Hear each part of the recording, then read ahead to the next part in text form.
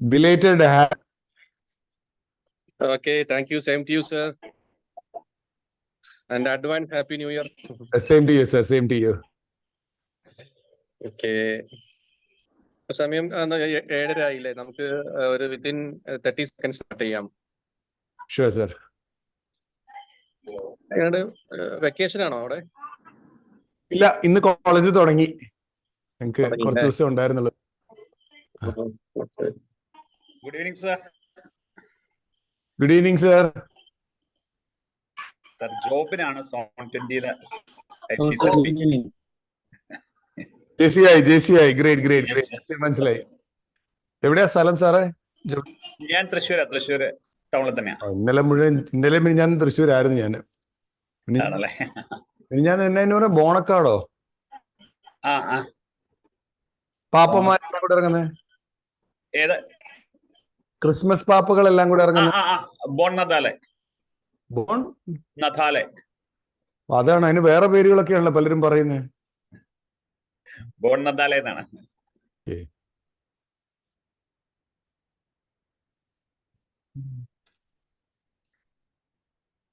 ഞാൻ സന്തോഷ് സാറ് പ്രോഗ്രാമിന് അവിടെ വന്നിട്ടുണ്ടായിരുന്നു. ആണോ? Okay sorry.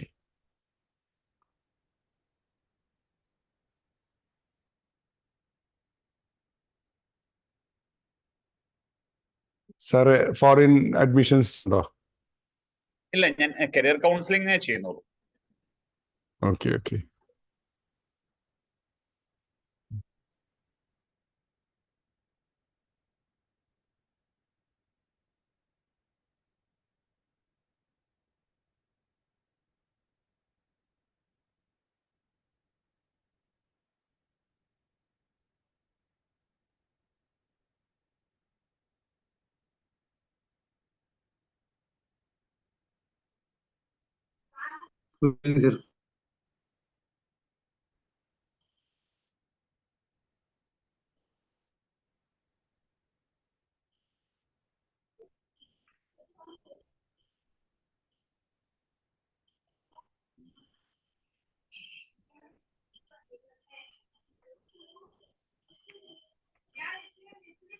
അപ്പോ സർ നമുക്ക് തുടങ്ങാൻ തോന്നുന്നു.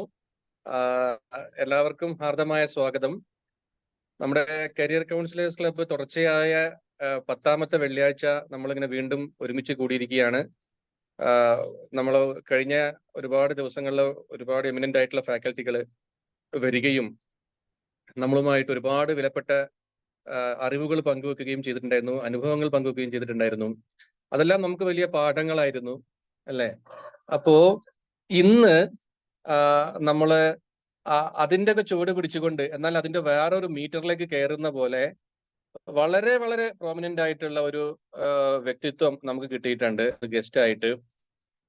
നമുക്ക് എത്ര പേർക്ക് ഒരു ഗിന്നസ് ബുക്ക് ഓഫ് വേൾഡ് റെക്കോർഡ്സിൽ പേര് നേടിയ ഒരാളോട് സംസാരിക്കാനുള്ള ഭാഗ്യം കിട്ടിയിട്ടുണ്ടെന്ന് എനിക്ക് അറിയില്ല.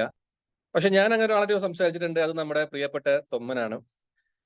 ഒരുപാട് ഇൻട്രൊഡക്ഷൻ ഒന്നും പുള്ളിക്ക് ആവശ്യമില്ല. പുള്ളി ഓൾറെഡി പോപ്പുലർ ആണ്.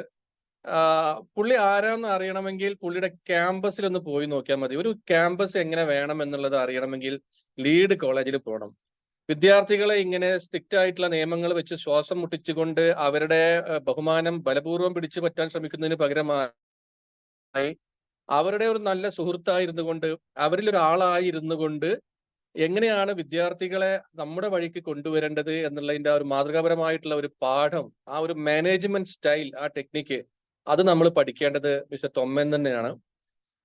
എവിടെയെങ്കിലും ഒരു കോളേജിൽ പോയാൽ വിദ്യാർത്ഥികൾ പ്രിൻസിപ്പലിനെ അല്ലെങ്കിൽ ചെയർമാനെ പേര് പറഞ്ഞു വിളിക്കുന്ന അത്രയും സ്വാതന്ത്ര്യം, അത്രയും ഒരു കുട്ടികൾക്ക് നമ്മുടെ തൊമ്മൻ എന്ന് പറയുന്ന ആ ഒരു അവകാശ ബോധത്തോടു കൂടി തന്നെ കുട്ടികൾക്ക് ആ കോളേജിന്റെ മേലധികാരിയുമായിട്ട് ഇടപഴകാവുന്ന ഒരു സ്വാതന്ത്ര്യം വേറെ എവിടെയാണുള്ളത് എനിക്ക് അറിയില്ല. ഇല്ലാന്ന് ഞാൻ ഉറപ്പിച്ചു തന്നെ പറയാൻ പറ്റും. ഗേറ്റ് ഇല്ലാത്ത ഒരു ക്യാമ്പസ്, ആൺകുട്ടികളുടെയും പെൺകുട്ടികളുടെയും ഹോസ്റ്റൽ ഒരേ ക്യാമ്പസിൽ, ഒരേ ബിൽഡിങ്ങിൽ പ്രവർത്തിക്കുന്ന ഒരു ക്യാമ്പസ്, വിദ്യാർത്ഥികൾക്ക് പരിപൂർണ വിശ്വാസം അർപ്പിച്ച് എല്ലാവിധ സ്വാതന്ത്ര്യം കൊടുക്കുന്ന ഒരു ക്യാമ്പസ്, വിദ്യാർത്ഥികൾ തന്നെ ഹോസ്റ്റലും മെസ്സും എല്ലാം നോക്കി നടത്തുന്ന, ഈവൻ അവിടുത്തെ ഒരു സ്റ്റേഷനറി ഷോപ്പ് പോലും വിദ്യാർത്ഥികൾ മാനേജ് ചെയ്യുന്ന ഒരു ക്യാമ്പസ്, വിദ്യാർത്ഥികളുടെ ഉള്ളിൽ ഏതെല്ലാം രീതിയിലുള്ള അവരുടെ entrepreneurship and skills and management സ്കിൽസിനെ വളർത്തിയെടുക്കാൻ പറ്റൂ, അതെല്ലാം ഞാൻ ഒക്കെ നമ്മള് സാധാരണ ഇത് പുറത്തു പോയി പറഞ്ഞാൽ പലരും പറയും ഇതൊരു ഉട്ടോപ്പിയാണെന്ന് പറയും. ഇങ്ങനെ ഒരു സങ്കല്പം ഒരിക്കലും സാധ്യമല്ല എന്ന് പറയും. പക്ഷേ ഇതൊക്കെ നടക്കും. ഇങ്ങനെയൊക്കെ ചെയ്തുകൊണ്ട് തന്നെ അവിടെ എല്ലാവിധ അഡ്മിഷനും കൊണ്ടുവരാൻ സാധിക്കും, എല്ലാ സീറ്റുകളും ഫുൾ ചെയ്യാൻ സാധിക്കുമെന്ന് തെളിയിച്ച വ്യക്തിയാണ്. കാരണം പല കോളേജുകളിലും MBA സീറ്റുകൾ കാലിയായി മാർക്കറ്റിങ്ങിന് വേണ്ടിയിട്ട് അധ്യാപകരെ ഭിക്ഷാടനത്തിന് വിടുന്ന ഒരു സാഹചര്യത്തിലാണ് ബഹുമാനായ തൊമ്മൻ യാതൊരു ബുദ്ധിമുട്ടും ഇല്ലാതെ ഓരോ വർഷവും പുതിയ സീറ്റ് അന്വേഷിച്ച് അദ്ദേഹം നടക്കുന്നത് യൂണിവേഴ്സിറ്റിയിലാണ് മുട്ടുന്നത്. അതൊക്കെ പറയുന്നത് എനിക്ക് ഇനിയും സീറ്റ് വേണം, എനിക്ക് ഇനിയും സീറ്റ് വേണം എന്ന് പറഞ്ഞിട്ടും. ഞാൻ പലപ്പോഴും പല ക്യാമ്പസുകളിലും പോവാറുള്ള സമയത്ത് എന്നോട് പലരും ചോദിക്കുന്ന കാര്യമാണ്, സാറ് തൊമ്മനെ പരിചയമുണ്ടല്ലോ, നിങ്ങൾ നല്ല സുഹൃത്തുക്കളല്ലേ, എങ്ങനെയാണ് പുള്ളി അഡ്മിഷൻ കൊടുത്തെന്ന് പറയുമെന്ന് പറയും. ഞാൻ പറയും അത് നിങ്ങൾ അവിടെ പോയി പഠിക്കണം. ഞാനിങ്ങനെ പറഞ്ഞിട്ട് കാര്യമില്ല, നിങ്ങൾ അവിടെ പോയിട്ട് പുള്ളിയുമായിട്ട് ഇന്ററാക്ട് ചെയ്ത് പുള്ളിയുടെ കുട്ടികളുമായിട്ടുള്ള ഒരു രീതി കണ്ടിട്ട് നിങ്ങൾ പഠിക്കണം, അല്ലാണ്ട് അത് വേറെ ഒന്നും രീതിയിൽ നമുക്ക് ചെയ്യാൻ പറ്റില്ല എന്ന് പറയും. അപ്പൊ അങ്ങനെ വളരെ മാതൃകാപരമായ രീതിയിൽ ഒരു സ്ഥാപനം നടത്തിക്കൊണ്ട് പോകുന്ന ലീഡ് കോളേജ് ഓഫ് മാനേജ്മെന്റ് എന്ന് പറഞ്ഞ ഒരു സ്ഥാപനത്തിനെ ഇന്ന് ദക്ഷിണേന്ത്യ മുഴുവൻ അറിയപ്പെടുന്ന, ഇന്ത്യക്കകത്തും പുറത്തുനിന്ന് ഒരുപാട് വിദ്യാർത്ഥികൾ പഠിക്കുന്ന ഒരു സ്ഥാപനമാക്കി വളർത്തിക്കൊണ്ട് വന്ന ഒരു മഹത് വ്യക്തിയാണ് അദ്ദേഹം. നല്ലൊരു സംരംഭകനാണ്, അധ്യാപകനാണ്, നല്ലൊരു എഴുത്തുകാരനാണ്. അദ്ദേഹത്തിന്റെ പ്രിണർ എന്ന് പറയുന്ന ഒരു പുസ്തകം DC ബുക്സ് ഈയിടെ പ്രസിദ്ധീകരിച്ചിട്ടുണ്ടായിരുന്നു. ഞാനും അതിന്റെ ഒരു കോപ്പി വാങ്ങി വായിച്ചിട്ടുണ്ടായിരുന്നു. വളരെ നല്ലൊരു പുസ്തകമാണ് അദ്ദേഹം എഴുതിയിട്ടുള്ളത്. അത് തൊമ്മന്റെ എല്ലാ വ്യത്യസ്തതയും അവിടെയും വന്നിട്ടുണ്ട്. പുള്ളിക്കാരന്റെ കാണിക്കുന്ന ഒരു വ്യത്യസ്തത, കാരണം പുള്ളിയുടെ മസ്തിഷ്കത്തിന്റെ ഇടതുഭാഗം വലതുഭാഗവും തമ്മിലുള്ള ഒരു സംഘർഷമാണ് ആ പുസ്തകം എന്ന് വേണമെങ്കിൽ പറയാം. രണ്ടുപേരും കൂടി ചേർന്ന് എഴുതിയ, അല്ലെങ്കിൽ രണ്ടുപേരും തമ്മിലൊരു വാഗ്വാദം എന്ന് വേണം പുസ്തകത്തിനെ പറയാൻ. വളരെ വ്യത്യസ്തമായിട്ട് ഒരു കോൺസെപ്റ്റിലാണ് പുള്ളി ചെയ്യുന്നത്. ചെയ്യുന്ന എല്ലാ കാര്യങ്ങളിലും ഒരു വെറൈറ്റി കൊണ്ടുവരാനും ഒരു പുതുമ സൃഷ്ടിക്കാനും ശ്രമിക്കുന്ന ഒരു വ്യക്തിയാണ്. അപ്പോ ഒരു ഔപചാരികതയ്ക്ക് പേരിൽ മാത്രം ഞാൻ ഇത്രയും പരിചയപ്പെടുത്തിയതാണ്. എന്നെക്കാളും നന്നായിട്ട് പുള്ളി അറിയുന്ന ആളുകളാണ് നിങ്ങൾ എല്ലാവരും. 72 മണിക്കൂർ തുടർച്ചയായി ട്രെയിനിങ് ക്ലാസ്സസ് എടുത്തതിന്റെ പേരിൽ Guinness book of world records സ്ഥാനം നേടിയ ഒരു വ്യക്തി കൂടിയാണ്. അപ്പോൾ നമുക്ക് വളരെ അഭിമാനത്തോടു കൂടിയും സന്തോഷത്തോടു കൂടിയും സ്വാഗതം ചെയ്യാം ബഹുമാനായ ഡോക്ടർ തോമസ് ജോർജ് എന്ന പിള്ളേരുടെ സ്വന്തം Thomman. Sir, we are so fortunate to have you here as our guest sir. അപ്പോ ഇനി this floor is left for you sir. നമസ്കാരം, എല്ലാവർക്കും ഒത്തിരി സന്തോഷം. ഞാൻ എന്നെ തന്നെ കുറിച്ച് ഇങ്ങനെ കേട്ടോണ്ടിരിക്കുകയായിരുന്നു. താങ്ക് യു നജ്മുദ്ദീൻ സാർ, ഇങ്ങനെ ഒരു ഓപ്പർച്യൂണിറ്റി തന്നത്. ഇന്ന് it may be a coincidence, കാരണം കുറച്ച് നാള് ഒരു വർഷത്തിൽ കൂടുതലായി ഇവിടെ പഠിച്ചുകൊണ്ടിരുന്നൊരു കുട്ടി അണ്ണാമല യൂണിവേഴ്സിറ്റിയുടെ ഏതോ ഒരു യൂണിവേഴ്സിറ്റിയുടെ ഒരു ഇഷ്യൂ ഉണ്ടെന്നും പറഞ്ഞ് പുള്ളി അങ്ങ് അവസാനം കേസിന് പോയി, കോടതിയിൽ പോയി, എല്ലാം പോയി കഴിഞ്ഞിട്ട് ഞാൻ അവസാനം എന്തുകൊണ്ടാണെന്ന് എനിക്കില്ല, ഞാൻ പറഞ്ഞു നീ നജ്മുദ്ദീൻ സാറിനെ ഒന്ന് വിളിക്കുമെന്ന് പറഞ്ഞൊരു വോയിസ് കൊടുത്തിട്ട് ഇത് ഇട്ട് കൊടുത്തു. ആൻഡ് ഇന്ന് അവൻ എന്നെ ഇവിടെ കാത്തു നിന്ന് കുറെ നേരം, ഇന്ന് കുറച്ച് മീറ്റിങ്ങുകളും കുറെ ആൾക്കാരുണ്ട്, കാത്തു നിന്ന് എന്നെ കണ്ടുകൊണ്ട് തൊമ്മ എനിക്ക് സർട്ടിഫിക്കറ്റ് ശരിയായി, എൻ്റെ റിസൾട്ട് പബ്ലിഷ് ചെയ്യാൻ പോകണം, ഇന്നലെയാണ് അത് കിട്ടിയത്, ഞാനത് കൊണ്ടുവന്നിട്ടുണ്ട്, ഇന്ന് നാളെ ഞാൻ യൂണിവേഴ്സിറ്റി പോയി റിസൾട്ട് എടുക്കും. ഞാൻ പറഞ്ഞു ഞാൻ നജ്മുദ്ദീൻ സാറിന് ക്ലാസ് എടുക്കാൻ പറഞ്ഞു, ഒന്ന് പറയണം കേട്ടോ, എൻ്റെ സന്തോഷം നന്ദി എല്ലാം കൂടെ ഉണ്ട്. A great simple person creating opportunities for so many people. ആരെയൊക്കെ എങ്ങനെയൊക്കെ ക്രിയേറ്റ് ചെയ്താൽ ആർക്കൊക്കെ ബെനിഫിറ്റ് ആവും, എപ്പോഴും ഒരു വിൻ വിൻ സിറ്റുവേഷൻ ആണ് സാർ എപ്പോഴും നോക്കാറുള്ളത്. ഈ ഒരു കൂട്ടായ്മയും അങ്ങനെ തന്നെയുള്ളൊരു കാര്യമാണ്. എൻ്റെ ഒരു സെഷൻ ഞാൻ ആരംഭിക്കാം. പറ്റുന്നവരൊക്കെ ക്യാമറ ഒന്ന് ഓൺ ചെയ്ത് വെച്ചാൽ നന്നായിരിക്കും. So that I can your faces also. പറ്റുന്നവർക്ക് ഇപ്പം അല്ലാതെ താങ്ക് യു സാർ. ഞാൻ ഇന്ന് നിങ്ങളെല്ലാവരും കൗൺസിലേഴ്സ് ആയതുകൊണ്ടും നിങ്ങളെല്ലാം ആരാണ് ഇവിടെ വന്നതെന്ന് അറിയത്തില്ല, ഇവിടെയും ഒരു സെഷൻ നടന്നിരുന്നു. നമുക്ക് ഒരു കൊച്ചിയിൽ ഒരു കോളേജ് ഉണ്ട്, ആ കൊച്ചിയിലത്തെ കോളേജിലും നമുക്ക് കൗൺസിലേഴ്സിന് വേണ്ടി സെഷൻ നടന്നിരുന്നു. ഇന്ന് ഞാൻ ഉദ്ദേശിക്കുന്ന ഒരു ടോപ്പിക് എന്ന് പറഞ്ഞത് ഓൺ ലൈക്ക് MBAയുടെ കൗൺസിലിങ്ങിന് എന്തൊക്കെയാണ് നമുക്ക് അറിയേണ്ടത്, എന്തൊക്കെയാണ് അറിയേണ്ടാത്തത് എന്നുള്ള കാര്യങ്ങളാണ്. നമുക്ക് കുട്ടികൾ MBAക്ക് വരുമ്പം എവിടേക്കൊക്കെ വിടാം, എന്തൊക്കെ ശ്രദ്ധിക്കണം, ഞാൻ ഓടിച്ചൊന്ന് കാര്യങ്ങൾ പറയാം. അത് കഴിഞ്ഞതിന് ശേഷം നമുക്ക് ചോദ്യങ്ങളിൽ കിടക്കാം. ഓരോരുത്തരും നിങ്ങളുടെ ഫീൽഡിൽ സംഭവിച്ചിട്ടുണ്ടാവുന്ന ചോദ്യങ്ങളോ ഉത്തരങ്ങളോ അല്ലെങ്കിൽ എന്നുള്ളതിൽ ഒന്ന് രണ്ട് കാര്യങ്ങൾ എന്ന് പറയുന്നത്, MBA പഠിക്കാൻ തീരുമാനിച്ചു കഴിഞ്ഞാൽ MBA ആർക്ക് പഠിക്കാം? അതിലൊന്ന് കയറിക്കോട്ടെ. MBA ആർക്കും പഠിക്കാം. ഒരു ഡിഗ്രി കയ്യിലുള്ള ആർക്ക് വേണേ പഠിക്കാം. ഇത് MBAയുടെ ഒരു പ്രത്യേകതയാണ്. ഇപ്പൊ നമ്മൾ MCOM പഠിക്കണമെങ്കിൽ BCOMോ BBA പഠിച്ചേ പറ്റൂ. MSc ഫിസിക്സ് പഠിക്കണമെങ്കിൽ BSc ഫിസിക്സ് പഠിച്ചേ പറ്റൂ. MTech പഠിക്കണമെങ്കിൽ BTech പഠിക്കണം. MCA പഠിക്കണമെങ്കിൽ BCA പഠിക്കണം. പക്ഷേ MBA പഠിക്കണമെങ്കിൽ ഏത് ഡിഗ്രി മതി എന്നുള്ളതാണ് എൻ്റെ കാര്യം. എന്ന് വെച്ചാൽ BA മ്യൂസിക് എടുത്തോളൂ, BA ഇംഗ്ലീഷ് എടുത്തോളൂ, BA സൈക്കോളജി എടുത്തോളൂ, BSc കമ്പ്യൂട്ടർ സയൻസ് ആയിക്കോട്ടെ, BCOM ആവട്ടെ, BBA ആവട്ടെ, ഏത് കോഴ്സ് ഡിഗ്രി ചെയ്ത ഒരാൾക്കും MBAക്ക് പഠിക്കാൻ അവസരമുണ്ട്. അതുകൊണ്ട് തന്നെ അറിയേണ്ട ഒരു കാര്യം എന്ന് പറഞ്ഞത്, പ്രത്യേകിച്ച് ഇന്ത്യയിൽ പഠിക്കുന്ന കേസിൽ ഒരു ഇക്വലൻസി സർട്ടിഫിക്കറ്റ് എന്ന് പറഞ്ഞൊരു സാധനമുണ്ട്. ഇക്വലൻസി സർട്ടിഫിക്കറ്റ് എന്ന് വെച്ചാൽ വേറൊരു യൂണിവേഴ്സിറ്റിയിൽ നിന്ന് നമ്മുടെ യൂണിവേഴ്സിറ്റി ഏതെങ്കിലും ഒരു യൂണിവേഴ്സിറ്റിയിലേക്ക് വരുമ്പോൾ അതിന് ഇക്വലൻസി വേണം എന്ന് വെച്ചിട്ടുണ്ടെങ്കിൽ, ഇപ്പൊ MCOMന് ഇവിടെ BCOM വേറൊരു യൂണിവേഴ്സിറ്റി പഠിച്ചു, MCOM ഇവിടെ കയറുമ്പോൾ ആ BCOM അവിടെ പഠിച്ചത് ഇവിടെ പഠിച്ചത് ഇവിടുത്തെ BCOMും തമ്മിൽ 60% മാച്ച് ഉണ്ടാവണം എന്നുള്ളതാണ് എൻ്റെ കാര്യം. അതുണ്ടെങ്കിലേ ഇക്വലൻസി കൊടുക്കുള്ളൂ. ബാക്കിയൊക്കെ തന്നെ പഠിച്ചോളൂ എന്നുള്ളതിൽ ഇങ്ങനെയാണ് എൻ്റെ കാര്യം. പക്ഷേ MBAക്ക് ഇക്വലൻസി സർട്ടിഫിക്കറ്റ് വേണ്ട. ഇവിടെ ആ കൂടെ റെക്കഗ്നിഷൻ മാത്രം മതി. ആ UG പഠിച്ച കോളേജ്, ആ കോഴ്സ് യൂണിവേഴ്സിറ്റി UGC റെക്കഗ്നൈസ്ഡ് ആണോ എന്നുള്ളൊരു ചോദ്യം മാത്രമേ ഉള്ളൂ അതിനാണ്. ഇപ്പൊ ഈ എന്തെങ്കിലും ചോദ്യങ്ങൾ വരുന്ന ഒന്ന് എഴുതി വെച്ചിട്ടുണ്ടെങ്കിൽ അവസാനത്തേക്ക് എന്നോട് ചോദിച്ചാൽ എന്നെ കൊണ്ടാവുന്ന രീതിയിൽ ഞാൻ പറയാം. So yeah, primarily for an MBA you don't require an equivalency, you require only a recognition certificate. പണ്ട് കേരളത്തിൽ പഠിക്കുമ്പം ഉള്ള ഒരു കുഴപ്പമുണ്ട്. കേരളത്തിലെ ഡിസ്റ്റന്റ് എഡ്യൂക്കേഷൻ ഒക്കെ സമ്മതിക്കും. കേരളത്തിന് പുറത്തുള്ള ഡിസ്റ്റന്റ് എഡ്യൂക്കേഷൻ ഇവിടെ അംഗീകരിക്കില്ലായിരുന്നു. UGC അതിന് സ്ട്രിക്റ്റ് ആയിട്ട് ഓർഡേഴ്സ് കൊണ്ടുവന്നു. UGC പെർമിറ്റ് ചെയ്തിട്ടുള്ള ഏത് ഡിസ്റ്റൻസും റെഗുലർ കോഴ്സുകളും എല്ലാം MBAക്ക് എടുക്കാം എന്നുള്ളത്. മാനദണ്ഡങ്ങൾ എന്തൊക്കെയാണ് അഡ്മിഷൻസിന് വേണ്ടത്? ഒന്ന് KMAT, CMAT, CAT, MAT അയിമ നടത്തുന്നതാണ്. ഇങ്ങനെ കുറേ SAT, അങ്ങനെ കുറേ പരീക്ഷകളുണ്ട്. അതില് കേരളത്തിൽ അംഗീകരിച്ചത് 3 എണ്ണമാണ്: CAT, CMAT ആൻഡ് KMAT. ഈ 3 എണ്ണമാണ് കേരളത്തിൽ അംഗീകരിച്ചത്. ടോട്ടൽ സ്കോറിന്റെ 10% മാർക്ക് വേണ്ടത്. 2, ഡിഗ്രിക്ക് എത്ര മാർക്ക് വേണം? ഡിഗ്രിക്ക് MBAയുടെ മാർക്ക് കുറച്ച് കൂടുതലാണ് വേണ്ടത്. പല കോഴ്സുകൾക്ക് 40% മാർക്ക് മതിയെങ്കിൽ MBAക്ക് 50% മാർക്ക് വേണം. കൗൺസിലേഴ്സ് ശ്രദ്ധിച്ച് കേൾക്കുക, ഇത് ഓൾ ഓവർ ഇന്ത്യയുടെ ഒരു നമ്പറാണ് 50% വേണം എന്നുള്ളത്. ബാക്ക്വേർഡ് കാസ്റ്റ് ആണെങ്കിൽ കാലിക്കറ്റ് യൂണിവേഴ്സിറ്റിയിൽ 45% മതി. വേറെ MG യൂണിവേഴ്സിറ്റിയിലൊക്കെ ആണെങ്കിൽ 48% മതി വേണം.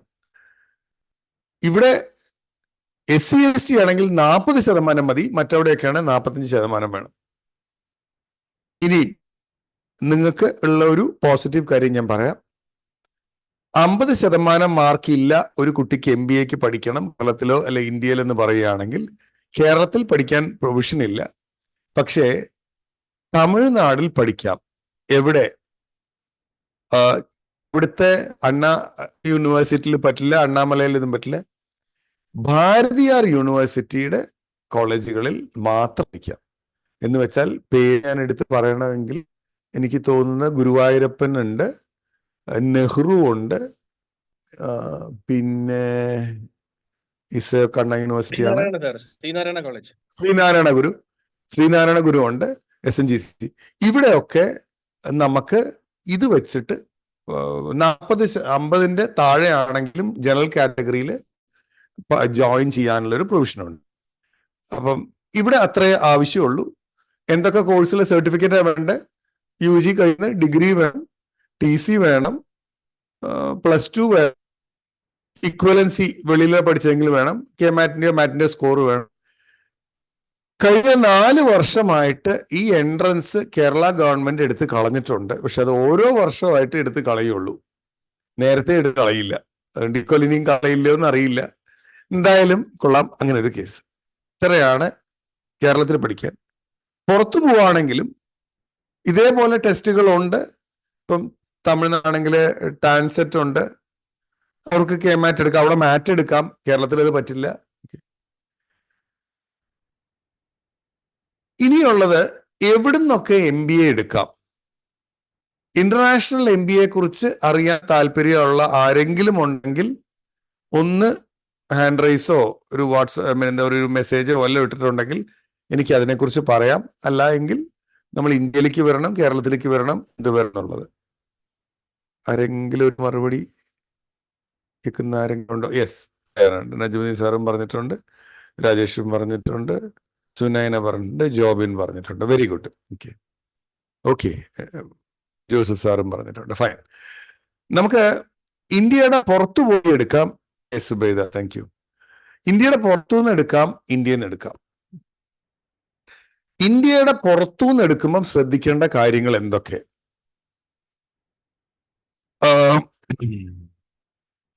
നമ്മള് MBBS നമുക്ക് ഉക്രൈനിൽ നിന്നും ഒക്കെ പഠിക്കാം. പഠിച്ചു കഴിഞ്ഞ് വന്ന് സർട്ടിഫിക്കറ്റ് കയ്യിലുണ്ട്. ഇപ്പൊ എന്താണ് പഠിച്ചത്? MBBS. പാസ്സായോ? പാസ്സായി. ചികിത്സിക്കാൻ പറ്റുമോ ഇല്ലയോ? ഒന്ന് മറുപടി പറയോ? പറ്റില്ല. എഴുതി പാസ്സാവും. എക്സാക്ട്ലി. ഇവിടെ ആ നീറ്റ് പോലെയുള്ള പരീക്ഷ എഴുതി പാസ്സായാൽ മാത്രമേ ഇക്വലൻസി എടുക്കാൻ പറ്റൂ. ഇങ്ങനെ ഒരു പരീക്ഷ MBAക്ക് ഇല്ല. അപ്പൊ അതുകൊണ്ട് അവിടെ പോയി തിരിച്ചിവിടെ വന്നു കഴിഞ്ഞാൽ എന്താണ് അവസ്ഥ പറയാം. 5 കാര്യങ്ങൾ ശ്രദ്ധിക്കുക. പ്രൈമറിലി നമ്മൾ നോക്കേണ്ടത്, ഇന്ത്യയിൽ ഒരു AIU എന്ന് പറഞ്ഞിട്ടൊരു ബോഡി ഉണ്ട്. ഒന്ന് എഴുതിയെടുക്കണമെങ്കിൽ എഴുതിയെടുത്തുള്ളൂ. അസോസിയേഷൻ ഓഫ് ഇന്ത്യൻ യൂണിവേഴ്സിറ്റീസ് എന്നാണ് ആ ബോഡിയുടെ പേര്. AIU അംഗീകരിച്ചിട്ടുള്ള കോളേജിൽ പഠിച്ച് MBA മാത്രമേ ഇന്ത്യയിൽ അക്സെപ്റ്റഡ് ആവുള്ളൂ. അല്ല എങ്കിൽ UK പഠിച്ചു ഇവിടെ വന്നു, ഇവിടെ പഠിപ്പിച്ചുകൊണ്ടിരിക്കുകയാണ്. ഇവിടെ പറ്റിയതാണ് കുറച്ച് നാൾ മുമ്പ്. കോളേജിന്റെ പേര് ഞാൻ പറയുന്നില്ല. യൂണിവേഴ്സിറ്റി ഇൻസ്പെക്ഷൻ വന്നപ്പോഴേക്കും അയാളെ എടുത്ത് പുറത്തു കളഞ്ഞു. കാരണം അവിടെ പഠിച്ച MBA ഇവിടെ AIയുടെ ഇക്വലിഫിക്കറ്റ് ഇല്ല. ഞങ്ങൾക്ക് ഇവിടെ ഫോറിൻ സ്റ്റുഡൻസ് ഉണ്ട്, ഒരു 8 രാജ്യങ്ങളിൽ നിന്നുള്ള കുട്ടികളുണ്ട്. ഈ വരുമ്പോൾ മുഴുവൻ കാലിക്കറ്റ് യൂണിവേഴ്സിറ്റിക്ക് അവരവിടെ പഠിച്ച സൊമാലിയയും കെന്യയും മലാവിന്നും ഒക്കെയുള്ള ആൾക്കാരുണ്ട്, നേപ്പാളിൽ നിന്ന്. അവിടുത്തെ ഒരു കോളേജ് ഇവിടുത്തെ ഇക്വലന്റ് ആണോ എന്ന് നമ്മുടെ യൂണിവേഴ്സിറ്റി അറിയാനുള്ള റൈറ്റ്സ് ഇല്ല. അപ്പൊ അതുകൊണ്ട് അവിടെയും AIU തന്നെയാണ് ആ സർട്ടിഫിക്കറ്റ് കൊടുക്കുന്നത്. AIU ആ കോഴ്സ് ഇവിടുത്തതിന് ഇക്വലന്റ് എന്ന് തന്നു കഴിഞ്ഞാൽ യൂണിവേഴ്സിറ്റികൾ അത് എടുത്തേ പറ്റൂ. അപ്പം AIUയിൽ ലിസ്റ്റഡ് ആയിട്ടുള്ള കോളേജുകളിൽ മാത്രമേ നമ്മളായിട്ട് കുട്ടികളെ അങ്ങോട്ട് ഡയറക്റ്റ് ചെയ്യാവുള്ളൂ. അല്ല എങ്കിൽ അവിടെ വെച്ച് കുറച്ച് നാൾ കഴിഞ്ഞ് നാട്ടിലേക്ക് തിരിച്ചു വരണം എന്ന് പറഞ്ഞാൽ ഇവിടെ വന്നു കഴിഞ്ഞാൽ ജോലിക്ക് പോകുമ്പോൾ ബാങ്കിലോ ഗവൺമെന്റിലൊന്നും നോക്കണ്ട, ഈവൻ പഠിപ്പിക്കാൻ പോലും അത് ഉപയോഗിക്കാൻ പറ്റില്ലാത്ത ഒരു കണ്ടീഷൻ ഉണ്ട്. അതുകൊണ്ട് AIUയുടെ ലിസ്റ്റഡ് ആയിട്ടുള്ള കോളേജുകൾ വേണം നമ്മൾ എടുക്കാൻ വേണ്ടിയിട്ട്. എന്തൊക്കെയാണ് ശ്രദ്ധിക്കേണ്ട കാര്യങ്ങൾ? ചില യൂണിവേഴ്സിറ്റീസും കോളേജൊക്കെ പറയും IELTS ഇഷ്യൂ ഇല്ല. അങ്ങനെയല്ല. നല്ല ഇൻസ്റ്റിറ്റ്യൂട്ട്സ് ആണെങ്കിൽ IELTS സ്കോർ വേണം. 1 വർഷം എടുക്കും അവരുടെ പ്രോസസ്സ് നടക്കാൻ. അതിൻ്റെ എക്സ്പീരിയൻസ് ഒരു 2-3 വർഷം മാനേജർ കേഡറിൽ എക്സ്പീരിയൻസ് ഉള്ള ഒരാൾക്കാണ് അത് അവരെടുക്കുന്നത്. അതിൻ്റെ ഫീസ് എന്ന് പറയുന്നത് ഒരു ഓൾമോസ്റ്റ് 80 lakhs to 1 crore ആവും. ഞാൻ പറയുന്നത് പ്രീമിയം ആയിട്ടുള്ള നല്ല കോളേജുകൾ എടുത്താൽ അവിടത്തേക്ക് നമ്മുടെ കുട്ടികൾ എത്തോളം എന്നുള്ളത് നമുക്ക് അറിയില്ല. പക്ഷെ അങ്ങനത്തെ പ്രീമിയം കോളേജുകൾ വിടുക. ഇപ്പം ഇന്ത്യയിൽ തന്നെ IIMs എടുത്തിട്ടുണ്ടെങ്കിൽ മിനിമം 20 ലക്ഷം രൂപയാണ് ട്യൂഷൻ ഫീസ് മാത്രം. അപ്പം IIM-ലാണോ പഠിക്കുന്നത്? അല്ല. എന്ന് പറഞ്ഞ പോലെ അവിടെ പ്രീമിയം ആയിട്ടുള്ള കോളേജിന്റെ കാര്യം പറഞ്ഞ് ഇപ്പം ഓക്സ്ഫോർഡ് ആണെങ്കിലും കേംബ്രിഡ്ജ് ആണെങ്കിലും ഹാർവർഡ് ബിസിനസ് സ്കൂൾ ആണെങ്കിലും ബോസ്റ്റൺ ആണെങ്കിലും MIT Massachusetts institute of technology ആണെങ്കിലും ഇവരൊക്കെ ഇമാതിരിയുള്ള റേറ്റുകളാണ് എടുക്കുന്നത്. INSEAD ഉണ്ട്. ബട്ട് അല്ലാതെയും കോളേജുകളുണ്ട്. പറഞ്ഞ പോലെ AIUടെ ഇക്വലൻസി ഉള്ളതിലേക്ക് മാത്രം നമ്മൾ കുട്ടികളെ വിടുക എന്നുള്ളതാണ് ഞാൻ ഫോറിനിലേക്കുള്ളതിന്റെ കേസിൽ പറയുന്നത്. ഇതിനെക്കുറിച്ച് എന്തെങ്കിലും ചോദ്യങ്ങൾ ചോദിക്കാനുണ്ടെങ്കിൽ ഇപ്പൊ തന്നെ ചോദിച്ചിട്ടുണ്ടെങ്കിൽ നല്ലതില്ലെങ്കിൽ ഞാൻ അവസാനം ഒന്നിച്ച് ചോദിക്കാം. ഏതാണ് വേണ്ടത്?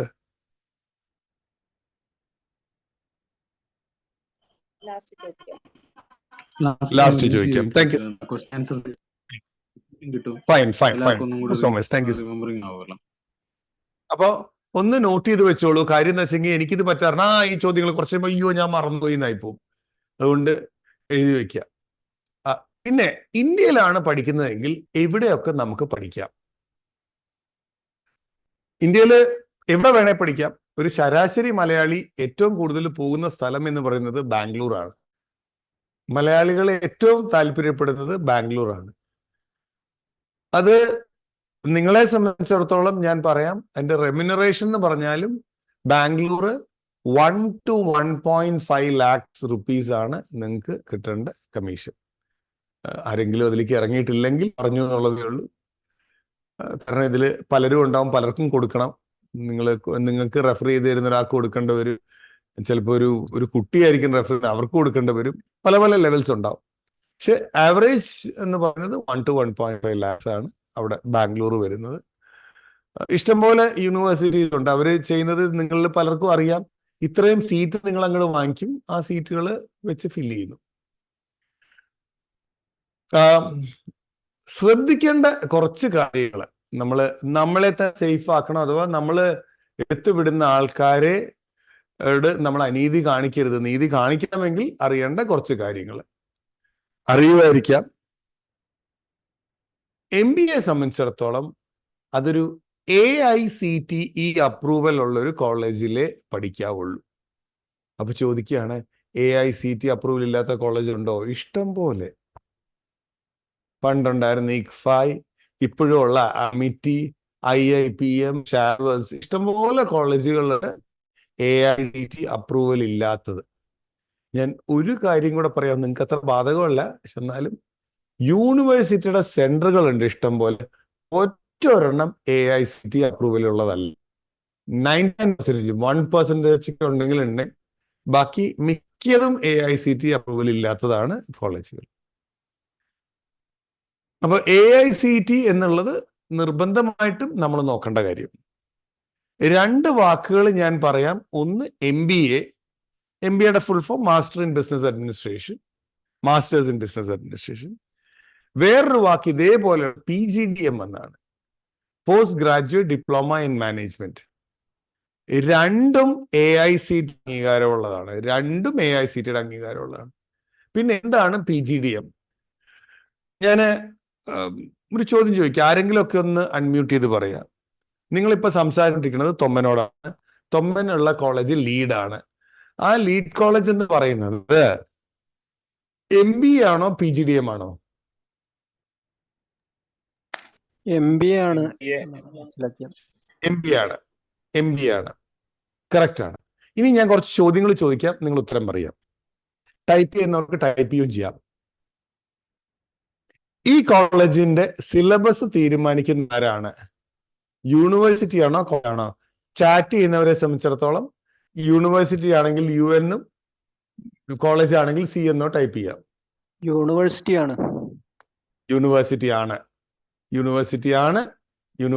ആണ് സിലബസ് ഡിസൈഡ് ചെയ്യുന്നത്. പഠിപ്പിക്കുന്നത് ആരാണ്? യൂണിവേഴ്സിറ്റി ആണോ കോളേജ് ആണോ? കോളേജ് അധ്യാപകരാണ്. അപ്പൊ അത് കോളേജ് തന്നെയാണ്. ക്വസ്റ്റ്യൻ പേപ്പർ സെറ്റ് ചെയ്യുന്ന ആരാ? Thank you. യൂണിവേഴ്സിറ്റി. സിലബസാ. യൂണിവേഴ്സിറ്റിയാണ് ക്വസ്റ്റ്യൻ പേപ്പർ സെറ്റ് ചെയ്യുക. പരീക്ഷ നടത്തുന്ന ആരാണ്? യൂണിവേഴ്സിറ്റിയാ. യൂണിവേഴ്സിറ്റി. അല്ല കോളേജാണ്. ഓഫ് കോഴ്സ് യൂണിവേഴ്സിറ്റിയുടെ മേൽനോട്ടത്തിലായിരിക്കാം, പക്ഷെ കോളേജാണ് പരീക്ഷ നടത്തുന്നത്. ഒരു ക്വസ്റ്റ്യൻ പേപ്പർ തന്ന് കോളേജ് തന്നെയാണ് പരീക്ഷ നടത്തുന്നത്. വാല്യുവേഷൻ ചെയ്യുന്ന ആരാ? യൂണിവേഴ്സിറ്റിയാണോ കോളേജാണോ? യൂണിവേഴ്സിറ്റി. യൂണിവേഴ്സിറ്റിയാണ്. സർട്ടിഫിക്കറ്റ് ഇഷ്യൂ ചെയ്യുന്ന ആരാണ്? യൂണിവേഴ്സിറ്റി. യൂണിവേഴ്സിറ്റി. ഇതാണ് MBA. ഈ പറഞ്ഞ പ്രക്രിയകളെല്ലാം കോളേജ് ചെയ്യുന്നുവെങ്കിൽ അതിന്റെ പേരാണ് PGDM. മനസ്സിലായോ? ഇപ്പം ഞങ്ങള് ഇപ്പൊ PGDM ആണെങ്കിൽ ഞങ്ങൾ തീരുമാനിക്കും എന്താണ് സിലബസ് എന്ന്, എന്നിട്ട് ഞങ്ങൾ പഠിപ്പിക്കും. ആ പഠിപ്പിച്ചത് ഞങ്ങൾ തന്നെ ക്വസ്റ്റ്യൻ പേപ്പർ സെറ്റ് ചെയ്യും, എന്നിട്ട് ഞങ്ങൾ പരീക്ഷ നടത്തും, എന്നിട്ട് ഞങ്ങൾ വാല്യൂയും, എന്നിട്ട് ഞങ്ങൾ സർട്ടിഫിക്കറ്റ് കൊടുക്കും. Lead college of management certificate ആയിരിക്കും അത് ഉണ്ടാവുക. അയ്യോ പറയണത് രാജഗിരിയിൽ എങ്ങനെയാണ്? കാക്കനാട്. സർ, കാക്കനാട്, രാജഗിരി രണ്ടും ഉണ്ട്. MBA ഉണ്ട്, PGDM ഉണ്ട്. MBA യൂണിവേഴ്സിറ്റിയുടെ കീഴിലാണ്, PGDM സ്വന്തമായിട്ട് നടത്തുന്നത്. ഇതില് ഏതാണ് നല്ലത്? അതിന്റെ ഉത്തരം നമ്മളിത് കേൾക്കുമ്പോൾ നിങ്ങളിൽ മിക്കവരും പറയുക MBA എന്നായിരിക്കും, പക്ഷെ അതിന്റെ PGDM ആണ് നല്ലത്. എന്താ സുബേദ മാം? PGDM ആണ് നല്ലത്. എന്തുകൊണ്ടെന്ന് വെച്ചാല് ഇവിടെ PGDM ആവുമ്പം എല്ലാ 6 മാസം കൂടുമ്പോഴും സിലബസ് മാറാനുള്ള പ്രൊവിഷനുണ്ട്. MBA ആവുമ്പം യൂണിവേഴ്സിറ്റി തീരുമാനിക്കും 5, 6, 7 വർഷം കഴിയുന്ന സിലബസ് ഒന്നും മാറുക. ആ മാറ്റം എന്ന് പറയുന്നതും നിങ്ങളെടുത്ത് നോക്കിയാൽ മിക്കവാറും കോസ്മെറ്റിക് ചേഞ്ചസ് മാത്രമേ ഉള്ളൂ. ഒരു 5% പോലും മാറ്റം ഉണ്ടല്ലോ. പിന്നെ ഇതെടുത്ത് ഈ മോഡ്യൂൾ എടുത്ത് അങ്ങോട്ടിടും, ആ മോഡ്യൂൾ എടുത്ത് ഇങ്ങോട്ടിടും എന്നുള്ളതല്ലാതെ പ്രത്യേകിച്ച് യാതൊരു മാറ്റവും ഉണ്ടാവില്ല. വേറെ PGDM റെലവൻസ് അനുസരിച്ച് സ്പെഷ്യലൈസേഷനും ബാക്കിയുള്ളതെല്ലാം അവർക്ക് കൊണ്ടുവരാൻ പറ്റും.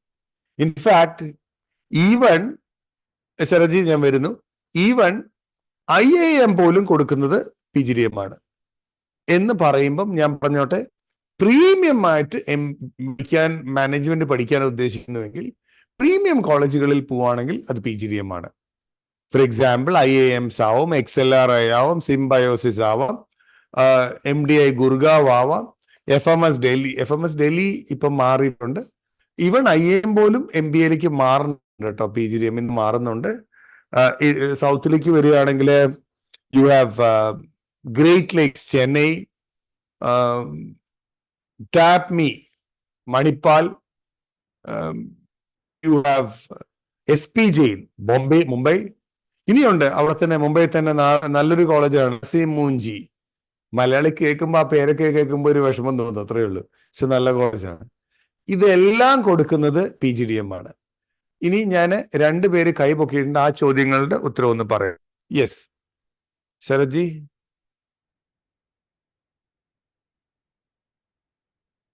ഞാൻ ജോസഫ്. ഹലോ ചോദിക്കട്ടെ? Joseph sir, please sir. ഇപ്പൊ ഒരു ആപ്ലിക്കേഷൻ ചെല്ലുമ്പോ അവിടെ അവർ പ്രിഫർ ചെയ്യുന്നത് MBA-കാരായിരിക്കും PGDM-കാരായിരിക്കും? PGDM കാരന് PGDM-ന്റെ പ്ലസ് മൈനസ് ഞാൻ പറയാം. PGDM വെച്ചിട്ട് ഗവൺമെന്റ് ജോലിക്ക് പോകാൻ പറ്റില്ല, പഠിപ്പിക്കാൻ നല്ല ബുദ്ധിമുട്ടുണ്ട്, കിട്ടില്ല. PhD ചെയ്യാൻ സമ്മതിക്കില്ല. പിന്നെ അങ്ങനെയുള്ള കുറെ, ഈവൻ വിസയ്ക്ക് പോകുമ്പോൾ പോലും യൂണിവേഴ്സിറ്റി അല്ല കോളേജിന് ഡിഗ്രി കൊടുക്കാൻ പറ്റില്ല. അതുകൊണ്ടാണ് അതിനെ പോസ്റ്റ് ഗ്രാജുവേറ്റ് ഡിപ്ലോമ എന്ന് പറയുന്നത്. ഇതൊരു ഡിഗ്രി ആയിട്ട് അവർ കൺസിഡർ ചെയ്യുന്നില്ല.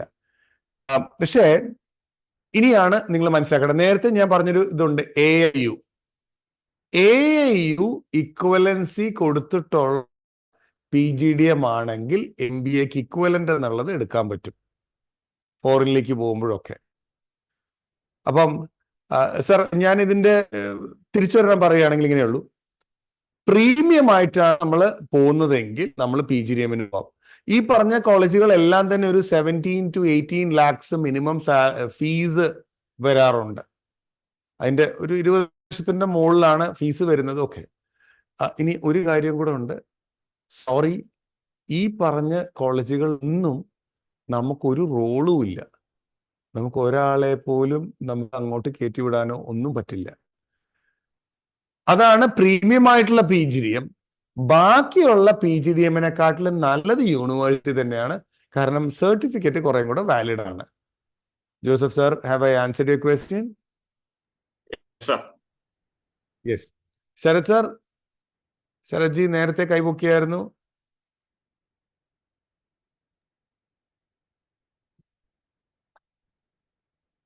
ശരത് ജിയുടെ മൈക്കിന് എന്ത് പ്രശ്നമുണ്ട്? ടൈപ്പ് ചെയ്യാവോ? ഹലോ. ചോദിച്ചോളൂ. സാർ, ഞാൻ ചോദിച്ചത് PGDM-ന് as far as know diploma മതി, ഗ്രാജുവേഷൻ വേണ്ടല്ലോ? അല്ല സാറേ, ശരിക്കും ഗ്രാജുവേഷൻ വേണം. But MIT Mumbai institute technology ആണെന്ന് എന്റെ ഓർമ്മ. MIT-യുടെ ഒരു PGDM കോഴ്സ് ഞാൻ കണ്ടു. അതില് ഡിപ്ലോമ മതി, ഇത് വേണ്ട, അതൊരു ഇത് ഞാൻ കണ്ടിരുന്നു. കൺഫേം അല്ല, അങ്ങനെ ഉണ്ടാവാം. ബട്ട് അത് AICT അപ്രൂവലും മറ്റതൊന്നും ഇല്ലാത്തതാണ്. ഫോർ എക്സാമ്പിൾ, ഇപ്പം IIM കോഴിക്കോടുണ്ട്, IIM കൊച്ചിയും ഉണ്ട്.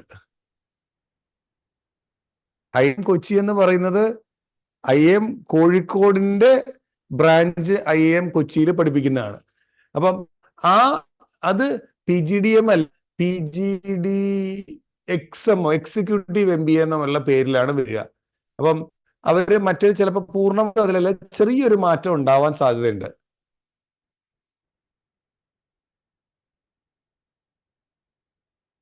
ഓക്കെ, ഇത് PGDM ഉണ്ട്, PGDBM ഉണ്ട്, PGPM ഉണ്ട്, അങ്ങനെ കുറെ എണ്ണം ഉണ്ട്. Just for information. ഇനിയും അടുത്തൊരു ചോദ്യം ഉണ്ടാവാം. ഇപ്പൊ നിങ്ങൾക്കപ്പോ ഓട്ടോണമസ് എന്താണ്? ഞങ്ങളുടെ ലീഡ് കോളേജ് ഈ വർഷം ഓട്ടോണമസ് ആയി, പുതിയ അഡ്മിഷൻ ഓട്ടോണമസിലാണ് പോകുന്നത്. അപ്പോൾ ഓട്ടോണമസ് എന്താണ്? ഓട്ടോണമസിന്റെ സംബന്ധിച്ചിടത്തോളം university, thank you sir, Joseph sir, sir thank you so much. University തന്നെയാണ് സിലബസ് ഡിസൈഡ് ചെയ്യുന്നത്. Thank you. യൂണിവേഴ്സിറ്റി തന്നെയാണ് സിലബസ് ഡിസൈഡ് ചെയ്യുന്നത്. അതിന് 20% മാറ്റം നമുക്ക് കൊണ്ടുവരാൻ പറ്റും. നമ്പർ 1. നമ്പർ 2 എന്ന് പറയുന്നത് സിലബസിന്റെ കേസിൽ പരീക്ഷ ഷെഡ്യൂൾ ചെയ്യുന്നതും ക്വസ്റ്റ്യൻ പേപ്പർ സെറ്റ് ചെയ്യുന്നതും പരീക്ഷ നടത്തുന്നതും അത് കഴിഞ്ഞിട്ട് വാല്യുവേഷനും റിസൾട്ടും നമുക്ക് ചെയ്യാൻ പറ്റും, കോളേജിന് ചെയ്യാൻ പറ്റും. ഫറൂഖ് ഓട്ടോണമസ് അല്ല. ഫറൂഖിന്റെ ആർട്സ് കോളേജ് ഓട്ടോണമസ് ആണ്, MBA ഓട്ടോണമസ് അല്ല. കേരളത്തില് ഓട്ടോണമസ് ആയിട്ടുള്ള കോളേജുകൾ എന്ന് പറയുന്നത് എഞ്ചിനീയറിംഗ് കോളേജ് ഉള്ളതിൽ like you have Saint kits autonomous ആണ്, രാവിയുടെ ഇത് ഓട്ടോണമസ് ആണ്, ഇപ്പം ഭാരത് മാത ഓട്ടോണമസ് ആണ് അവിടെ ആർട്സ് കോളേജിന്റെ കൂടെയുള്ള MBAക്ക്. പിന്നെ സെയിന്റ് ആൽബർട്ടിൻ കോളേജ് ഓട്ടോണമസ് ആണ്, അവിടെ ആർട്സ് കോളേജിന്റെ കൂടെ ഉള്ളത് കൊണ്ട്. പിന്നെ മരിയൻ കോളേജ് കുട്ടിക്കാനം ഓട്ടോണമസ് 5, പിന്നെ ലീഡാണ്. ഇതില് മരിയൻ കോളേജ് ആർട്സ് കോളേജിന്റെ കൂടെ MBA എടുത്തിട്ടാണ് അതിനെ ഓട്ടോണമസ് ആക്കിയിട്ടുള്ളത്. സെന്റം എഞ്ചിനീയറിംഗ് കോളേജ്, അതായത് സ്റ്റാൻഡ് ലോൺ ആയിട്ട് കേരളത്തില് ഒറ്റ ഓട്ടോണമസ് കോളേജേ ഉള്ളൂ, അഹങ്കാരം, അത് ലീഡ് മാത്രമാണ്. Thank you. ഓക്കെ, അപ്പം ഓട്ടോണമസിന്റെ കേസിൽ എങ്ങനെയാണ്? ഇത്രയേ ഉള്ളൂ. സിലബസ് യൂണിവേഴ്സിറ്റി ഡിസൈഡ് ചെയ്യും, അതിന് ഒരു 20% മാറ്റം കൊണ്ടുവരാം. പക്ഷെ അത് അക്കാഡമിക് കൗൺസില്, TKM ഓട്ടോണമസ് അല്ല, അതിന് അക്കാഡമിക് കൗൺസിൽ അംഗീകരിക്കണം. അക്കാഡമിക് കൗൺസിലില് യൂണിവേഴ്സിറ്റിയുടെ 3 റെപ്രസെന്റേറ്റീവ്സ് ഉണ്ടാവും, ഗവൺമെന്റിന്റെ 1 റെപ്രസെന്റേറ്റീവ് ഉണ്ടാവും. ഇവരും കൂടെ അംഗീകരിച്ചാൽ മാത്രമേ നമുക്ക് പറ്റൂ. സിലബസ് ചേഞ്ച് ഒക്കെ അവരുടെയും കൂടെ അംഗീകാരം. പക്ഷെ അത് നല്ലതാണെന്ന് തോന്നുകയാണെങ്കിൽ അവർ സമ്മതിക്കും. അപ്പം അത് പിന്നെ പരീക്ഷകളെല്ലാം നമുക്ക് നടത്താം, അതിനും സിസ്റ്റംസ് ഉണ്ട്. ക്വസ്റ്റ്യൻ ബാങ്ക് ക്രിയേറ്റ് ചെയ്ത് കഴിഞ്ഞ് കമ്പ്യൂട്ടറിൽ നിന്ന് ഓട്ടോമാറ്റിക് ആയിട്ട്, ഇപ്പം യൂണിവേഴ്സിറ്റി ഒക്കെ ക്വസ്റ്റ്യൻ ബാങ്ക് പോലെയാണ് നമ്മൾ നടത്തേണ്ടത്. പക്ക സോഫ്റ്റ്വെയറുകൾ വെച്ചിട്ടാണ് പരീക്ഷ നടത്തുന്നത്. ക്വസ്റ്റ്യൻ സെലക്ട് ചെയ്യുന്നത്, ക്വസ്റ്റ്യൻ പേപ്പറൊക്കെ ഓട്ടോമാറ്റിക് ആയിട്ട് പ്രിന്റ് ചെയ്താണ് വരുന്നത്, അതെല്ലാം ചെയ്യുന്നത്. വാല്യുവേഷന് PG ആയതുകൊണ്ടും പ്രൊഫൈൽ ആയതുകൊണ്ടും ഡബിൾ വാല്യുവേഷൻ വേണം. സാധാരണഗതിയിൽ ഒരു വാല്യൂ പറയുന്നത് നമുക്ക് ആ പ്രൊഫഷൻ വേണമെങ്കിൽ എടുക്കാം, പക്ഷെ നമ്മൾ ചൂസ് ചെയ്യുന്നത് അങ്ങനെയല്ല. നമ്മുടെ ഇവിടെ ടീച്ചർ വാല്യുവേറ്റ് ചെയ്ത് കഴിഞ്ഞാൽ അതിലെ 10% ടീച്ചർമാരോ അതിന് പേപ്പറുകളോ പോയി ഒന്നും കൂടെ വാല്യൂ ചെയ്യും വെളിയിലാരെങ്കിലും. അപ്പം എന്നിട്ട് ഇവരുടെ രണ്ടുപേരുടെ എക്സ്റ്റേണൽ വാല്യുവേറ്റർ അത് വാല്യൂ ചെയ്തിട്ട് രണ്ടുപേർക്കും അങ്ങോട്ട് മാർക്ക് അറിയില്ല. ഈ മാർക്ക് എത്രയോ 30% കൂടുതലാണെന്നുണ്ടെങ്കിൽ മൂന്നാമതൊരാളുടെ അടുത്തിട്ട് പോകും. ഇതാണ് പ്രൊസീജിയർ. റീവാല്യുവേഷൻ പോലെ തന്നെയാണ്. പക്ഷെ ഞങ്ങൾ ഇപ്പൊ എടുക്കാൻ പോകുന്ന സ്റ്റാൻഡ് അങ്ങനെയല്ല. 100% ഇവിടുത്തെ സാറുമാര് വാല്യൂ ചെയ്യും, നമ്പർ 1. 2, 100% വെളിയിലുള്ള സാറുമാരെ കൊണ്ടും വാല്യൂ ചെയ്യിപ്പിക്കും. അപ്പം പക്ഷെ പിന്നെ റീവാല്യുവേഷൻ ഇല്ല, ഒരു വാല്യൂ ചെയ്ത് കഴിഞ്ഞാൽ കഴിഞ്ഞു, അത്രയേ ഉള്ളൂ. അപ്പൊ അങ്ങനെ ഉള്ളൊരു ഇതിലേക്കാണ് വരുന്നത്. ഈ ഭാഗങ്ങളൊക്കെ നമുക്ക് യൂണിവേഴ്സിറ്റിക്ക് നോക്കാം, വെരിഫൈ ചെയ്യാം, ഇത് ശരിയാണോ തെറ്റാണോ, പരീക്ഷ എഴുതാതെ പാസ്സാക്കിയിട്ടുണ്ട്, എല്ലാ കാര്യങ്ങളും യൂണിവേഴ്സിറ്റി തന്നെയാണ്. ഇതിന്റെ ഏറ്റവും വലിയ പ്രത്യേകത ഡിഗ്രി അവാർഡിങ് എന്ന് പറയുന്നത് ലീഡ് കോളേജ് അല്ല, കാലിക്കറ്റ് യൂണിവേഴ്സിറ്റി ആയിരിക്കും. അപ്പൊ അവർക്ക് യാതൊരുവിധ പ്രശ്നവും ഉണ്ടാവില്ല. വിദേശത്ത് പോകണമെങ്കിലോ ഗവൺമെന്റ് ജോലിക്ക് പോകണമെങ്കിലോ ഒക്കെ പോകണമെങ്കിൽ ഇതൊക്കെയാകും. ഇതാണ് ഓട്ടോണമസ് എന്ന് പറഞ്ഞിട്ടുള്ളത്. ഒന്ന് ഞാൻ പറഞ്ഞായിരുന്നു, PGDM-ഉം MBA-യും പറഞ്ഞു. സാധാരണ ഒരു പ്രീമിയം ഇൻസ്റ്റിറ്റ്യൂട്ട് ആണെങ്കിൽ PGDM പോയിക്കോളൂ, അല്ലെങ്കിൽ MBA-ക്ക് തന്നെയാണ് നല്ലത്. സേഫ് അതാണ്. നാളെ എന്തിനെങ്കിലും പോകുമ്പോൾ പറ്റില്ല എന്ന് പറഞ്ഞു കഴിയുമ്പോൾ നിങ്ങൾക്ക് അതിന്റെ പ്രാക്ക് കിട്ടരുത്. അതുകൊണ്ട് കഴിയുന്നതും MBA തന്നെയാണ് നല്ലത്. പിന്നെ ഉള്ളത് PGDM, MBA. Okay, stand alone കോളേജും ആർട്സ് കോളേജിന്റെ കൂടെയോ എഞ്ചിനീയറിംഗ് കോളേജിന്റെ കൂടെയോ ഉള്ള MBA കോളേജുകളുണ്ട്. കഴിയുന്നതും സ്റ്റാൻഡ് അലോൺ ആണ് നല്ലത്. കാരണം അവിടെ ഡിസിഷൻ മേക്കിംഗ് കുട്ടികളായിരിക്കും ചെയ്യുക. മറ്റേത് എപ്പോഴും ഒരു UG സ്റ്റുഡന്റ് എങ്ങനെയാണോ ആ കോളേജിലുള്ളത് അതുപോലെ തന്നെ ആയിരിക്കും MBA ഉണ്ടാവുക. ഇപ്പൊ ഒരു എഞ്ചിനീയറിംഗ് കോളേജിലാണ് 12,000 പേര് എഞ്ചിനീയറിംഗിന് പഠിക്കും, അതിൻ്റെ കൂടെ ഒരു 60 പേരായിരിക്കും MBA-ക്ക് പഠിക്കുക. അപ്പൊ അവരുടെ പ്ലേസ്മെന്റ് തൊട്ടുള്ള എല്ലാ ഫോക്കസും അവരുടെ എഞ്ചിനീയറിംഗ് തന്നെ ആയിരിക്കും. അതുകൊണ്ട് സ്റ്റാൻഡ് അലോൺ കോളേജ് കുറച്ചും കൂടെ ഭേദമാണ്. റെസിഡൻഷ്യലും അതാണ്. ഇപ്പൊ പറയും, തമ്മൻ റെസിഡൻഷ്യൽ ആയതുകൊണ്ട് പറഞ്ഞതാണല്ലേ. അല്ല, റെസിഡൻഷ്യൽ നല്ലതായതുകൊണ്ട് ലീഡ് റെസിഡൻഷ്യൽ ആയതാ. ഇന്റർനാഷണലി നാഷണലിയും കേരളത്തിലെയും Tier 1 എന്ന് പറയുന്ന ടോപ്പ് കോളേജുകൾ എല്ലാം തന്നെ റെസിഡൻഷ്യൽ ആണ്. അല്ലെങ്കിൽ ആ പോർഷൻസ് പഠിപ്പിച്ച് വിടുക എന്നുള്ളത് മാത്രമേ ഉള്ളൂ. അത് വീണ്ടും ഒരു തിയററ്റിക്കൽ ആസ്പെക്ട് ആവും. നമുക്ക് കുട്ടിയുടെ ഓവറോൾ ഡെവലപ്മെന്റ് ആണെങ്കിൽ റെസിഡൻഷ്യൽ തന്നെയാണ് വേണ്ടത്. ഓക്കെ, എപ്പോഴും മാർക്ക് എത്ര എന്നുള്ളത് നോക്കുന്നില്ല. ഓക്കെ, പ്ലേസ്മെന്റിനെ കുറിച്ച് പറയുകയാണെങ്കിൽ ഉണ്ട്, ചില കമ്പനികൾ നോക്കും 10ലും +2ലും ഡിഗ്രിയിലും PGയിലും ഒക്കെ 60% മാർക്ക് ഉണ്ടാവണം എന്നുള്ളത് നോക്കാറുണ്ട്. ഫെഡറൽ ബാങ്ക് ഒക്കെ എനിക്കൊന്ന് 65% പറയുന്നുണ്ട്. ബാക്കി അവരൊന്നും നോക്കാറില്ല. പ്ലേസ്മെന്റിന് വരുമ്പോൾ ചിലവർ പറയും ലൈക്ക് ഇപ്പൊ സപ്ലൈ പാടില്ല, ഇനി ചിലവർ പറയും ഇപ്പൊ സപ്ലൈ കുഴപ്പമില്ല, ജോയിൻ ചെയ്യാറാവുമ്പോഴേക്കും പരീക്ഷ കഴിയുമ്പോഴേക്കും എല്ലാം പാസ്സായിക്കോണം. ചിലവർ പറയും നോ അരിയർ ഹിസ്റ്ററി എന്ന് പറയും, എങ്കിൽ എവിടെയും തോക്കാൻ പാടില്ല, ഫസ്റ്റ് പരീക്ഷ തൊട്ട് എല്ലാം പാസ്സായിട്ട് പോകണം. ഒരു കൺസിസ്റ്റൻസി എന്ന് പറയുന്നതൊക്കെ നോക്കുന്നത് അങ്ങനെ വെച്ചിട്ടാണ്. ഇത്രയൊക്കെയാണുള്ളത്. ഇനിയും ഉള്ള കാര്യങ്ങൾ എന്തൊക്കെയാണ് ഒരു ക്വാളിറ്റി പറയാൻ പറ്റുന്നത്, അതിനെക്കുറിച്ച് ഞാൻ പറയുന്നത് അക്രഡിറ്റേഷനെ കുറിച്ചാണ്. അക്രഡിറ്റേഷൻ ഏതൊക്കെയുണ്ട്? ഇന്ത്യയിലുള്ള പ്രൈമറി ആയിട്ട് 2 അക്രഡിറ്റേഷൻ ഞാൻ പറയാം. ഒന്ന് നാക്കും 2 NBA-യും ആണ്. ആർട്സ് കോളേജ് ഒക്കെ ചെയ്യുക നാക്കാണ്. NBA national board of accreditation ആണ്. നമ്മുടെ MBA മാസ്റ്റർ ഓഫ് ബിസിനസ് അഡ്മിനിസ്ട്രേഷനും എഞ്ചിനീയറിംഗിനും ഒക്കെ NBA ആണ് അക്രഡിറ്റേഷൻ. നാക്ക് വേണമെങ്കിലും ചെയ്യാം, നമുക്ക് നാക്കും ഉണ്ട് NBA ഉണ്ട്, ഏത് വേണമെങ്കിൽ ചെയ്യാം. ഇതല്ലാതെ ഇന്റർനാഷണൽ അക്രഡിറ്റേഷൻസ് കുറെ ഉണ്ട്. AACSB, ACBSP, ICWIS, AMBA മുതലായ കുറെ അക്രഡിറ്റേഷൻസ് ഉണ്ട്. അതൊക്കെ ചെയ്തിട്ടുണ്ടെങ്കിൽ വളരെ നല്ലതാണ്. ഫോർ എക്സാമ്പിൾ, ഇപ്പം രാജഗിരിക്ക് മാത്രം കേരളത്തിലുള്ളതാണ് AACSB എന്ന് പറഞ്ഞ അക്രഡിറ്റേഷൻ കിട്ടിയിട്ടുള്ളത്. അത് ഉണ്ടെങ്കിൽ ഓക്കെ, ഇറ്റ് ഇസ് ഓക്കെ, ഒരു സ്റ്റാൻഡേർഡ് ഉണ്ട് എന്ന് ഉറപ്പുവരുത്തുന്നത്. നമ്മൾ ലൈക്ക് ചില ഹോസ്പിറ്റൽസ് NIBA അക്രഡിറ്റഡ് ആണ്, അല്ലെങ്കിൽ ലാബുകൾ എന്നൊക്കെ ഉള്ളത് പോലെ ഉള്ള അക്രഡിറ്റേഷൻസ് നല്ലതാണ്. നോക്കേണ്ട കുറച്ച് കാര്യങ്ങൾ ആ കോളേജിൽ അവരുടെ ടീച്ചിങ് ഫ്രട്ടേണിറ്റിനെ ഒന്ന് നോക്കുക. പ്രൈമറിലി എത്ര PhD-കാരുണ്ട്, എത്ര റേഷ്യോ PhD-കാരുണ്ട്, എത്ര പേര് ഇൻഡസ്ട്രിയൽ എക്സ്പീരിയൻസ് കിട്ടിയിട്ട് വന്നിട്ടുള്ളവരുണ്ട്, എത്ര പേര് ലൈക്ക് നല്ല പ്രീമിയം ബി സ്കൂളിൽ പഠിച്ചവർ എത്ര പേരുണ്ട്, പഠിപ്പിച്ചവർ എത്ര പേരുണ്ട്, എക്സ്പീരിയൻസ് എത്ര പേരുണ്ട്. ഇങ്ങനെയുള്ള കുറച്ച് നല്ല സാറുമാരുള്ള കോളേജ് ആണെങ്കിൽ കുട്ടിയുടെ ലെവല് നന്നായിട്ട് കൂടും. പിന്നെ നോക്കേണ്ടത് പ്ലേസ്മെന്റ്. പ്ലേസ്മെന്റിനെ പറ്റി പറയുമ്പം ഞാൻ ഒന്ന് എടുത്ത് പറയേണ്ട ഒരു ഭാഗം, നിങ്ങൾ അറിയേണ്ട കാര്യം ഇത്രയേ ഉള്ളൂ. 2 രീതിയിൽ പ്ലേസ്മെന്റ് നടക്കും. ഫോർ എക്സാമ്പിൾ, ഇപ്പം ഫെഡറൽ ബാങ്കിലേക്കും പ്ലേസ്മെന്റ് നടക്കും, ഫെഡറൽ ബാങ്കിന്റെ ഫെഡ് സെർവിലേക്കും പ്ലേസ്മെന്റ് നടക്കും. ഒന്ന് കോൺട്രാക്ട് ആണ്, 2 ഒറിജിനൽ ആണ്. ഒറിജിനൽ എന്ന് പറയുമ്പോഴേക്കും അതിന്റെ സാലറി എന്ന് പറയുന്നത് 13.58 lakhs ആണ്. വേറെ ഫെഡ് സെർവിലാണെങ്കിൽ അതിനെക്കാട്ടിലും 1/5 of it only will come. ശരജി ഞാൻ തരാം. ഇതിപ്പോ ബർജർ പെയിൻസിലാണെങ്കിലും ഏഷ്യൻ പെയിൻസിലാണെങ്കിലും ഒക്കെ തന്നെ അവർക്ക് 2 ഓപ്ഷനും ഉണ്ട്. കോൺട്രാക്ടറും അല്ലാതെ ഡയറക്റ്റ് ആയിട്ടും കയറും. പ്രീമിയം ബി സ്കൂൾ ആൾക്കാരെയാണ് അവർ ഡയറക്റ്റ് ആയിട്ട് സാധാരണ എടുക്കാറുള്ളത്. ലൈക്ക് IIM പല NBA അക്രഡിറ്റഡ് ആയിട്ടുള്ള കോളേജ്, ഓട്ടോണമസ് ആയിട്ടുള്ള കോളേജ്, അവിടെ നിന്നൊക്കെയാണ് പ്രീമിയം ആയിട്ടുള്ള പല കമ്പനികളും പ്ലേസ്മെന്റ് എടുക്കുക.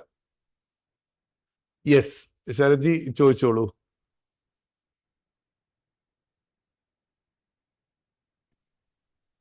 ഹലോ. Yes sir. ഇത്തിരി ഓവർ ക്യൂരിയോസിറ്റി കൊണ്ട് ചോദിക്കുകയാണ്. സാർ പറഞ്ഞില്ലേ അവിടുത്തെ ഫാക്കൽറ്റി ഫ്രട്ടേണിറ്റീസിന്റെ എക്സ്പീരിയൻസ് അറിയണം എന്ന് പറഞ്ഞല്ലേ?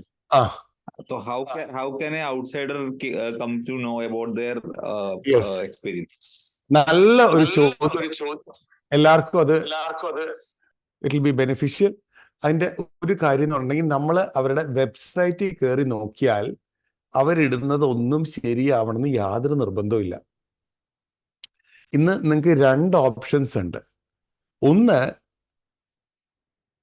അവരുടെ വെബ്സൈറ്റ് കയറിയിട്ടുണ്ടെങ്കിൽ മാൻഡേറ്ററി ഡിസ്ക്ലോഷർ എന്ന് പറഞ്ഞൊരു സാധനമുണ്ട്. അത് നിർബന്ധമായിട്ടും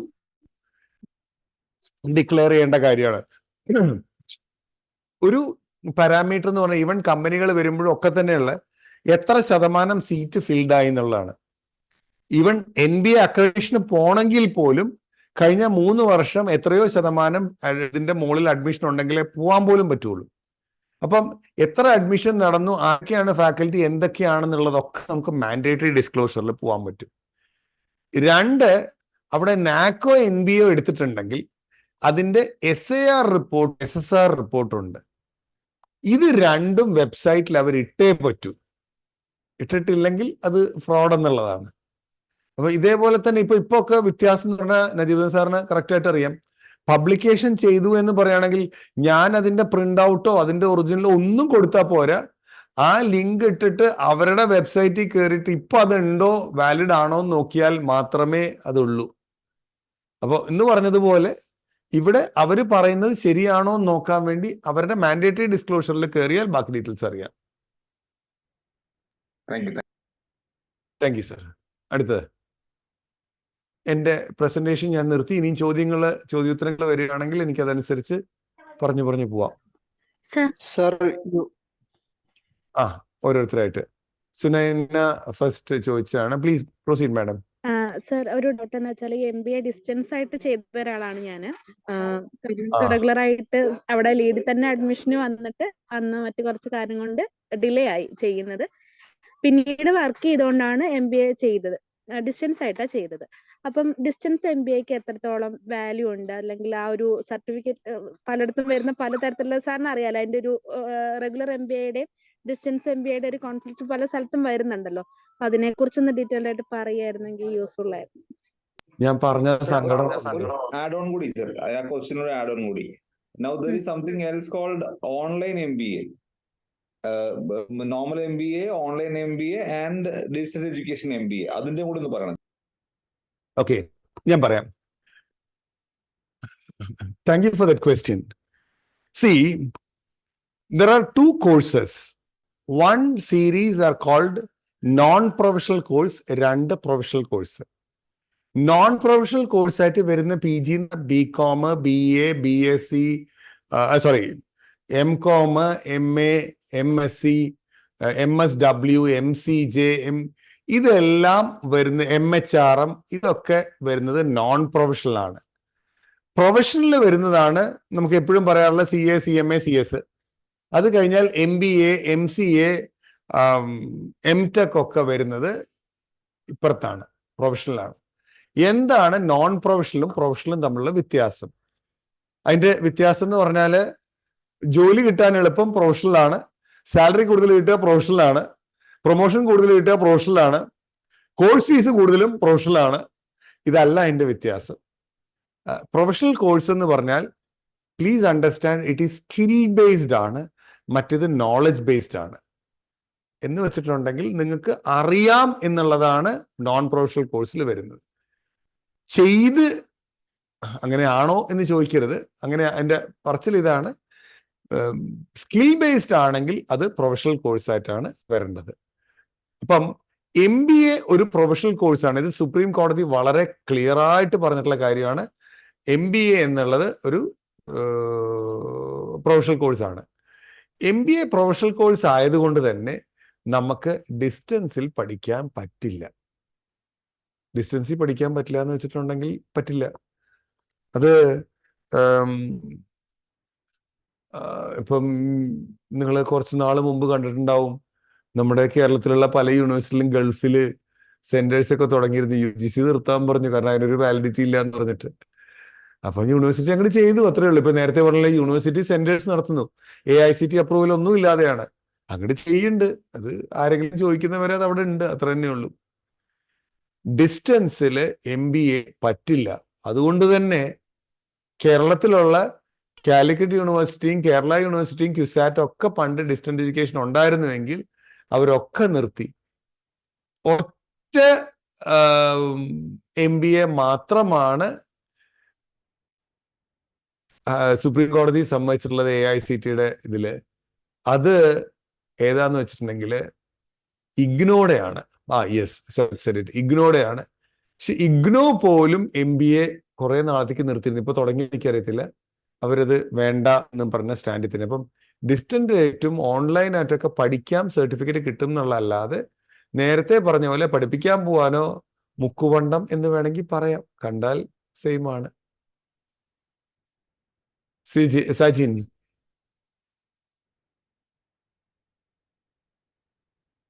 ഹായ് സാർ. Hi sir. സാറിനെ പറ്റി കേട്ടിട്ടുണ്ട്. സാറിന്റെ കോളേജിന്റെ മുമ്പിൽ കൂടെ ഒക്കെ പലതവണ പോയിട്ടുണ്ട്. പുറത്തൂടെ പോകുമ്പോ അകത്തോട്ടും കൂടെ കയറാം. അല്ല, സമയ സന്ദർഭം അനുവദിച്ചിരുന്നില്ല എന്നുള്ളതാണ് ഒരു വാസ്തവം. നമ്മൾ ഉണ്ടാക്കണല്ലേ. ചോദിച്ചോളൂ സാർ. ഞാൻ നേരത്തെ പറഞ്ഞല്ലോ, ഞാൻ കേരള പോലീസിന്റെ സോഷ്യൽ പോലീസിംഗ് വിഭാഗത്തിൽ ഒരു റിസോഴ്സ് പേഴ്സണായിട്ട് വർക്ക് ചെയ്യാണ്. അപ്പൊ അതിന്റെ ഒരു പി വിജയൻ IPS ആയിരുന്നു. പിന്നെ ഇപ്പൊ ഒരു ഇഷ്യൂസ് ഒക്കെ വന്നുകൊണ്ട് നിശാന്തിന് IPS ആണ് ഇത് ചെയ്യുന്നത്.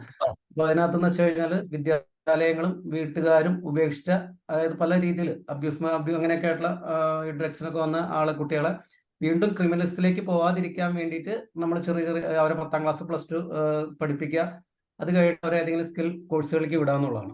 അപ്പൊ ഇതിനകത്ത് ഞാൻ ഇപ്പോഴും നേരിടുന്ന ഏറ്റവും വലിയൊരു പ്രതിസന്ധി എന്ന് പറഞ്ഞു കഴിഞ്ഞാൽ, കുട്ടികൾക്ക് ഈ പറഞ്ഞ പോലെ കരിയർ ആപ്റ്റിറ്റ്യൂഡ് സെലക്ട് ചെയ്യാനായിട്ട് നിരവധി ഓപ്ഷൻസ് അപ്പം പറയുന്നുണ്ട്. അപ്പൊ അതിനകത്ത് ഒരുപാട് സോഫ്റ്റ്വെയർസും ഒരുപാട് കമ്പനീസും ഒക്കെ ഈ പറഞ്ഞ പോലെ ഞാൻ ഇങ്ങനെ സെർച്ച് ചെയ്തപ്പോൾ കിട്ടി. പലരായിട്ട് ഇങ്ങനെ ഡിസ്കഷനൊക്കെ ഇങ്ങനെ നടന്നി.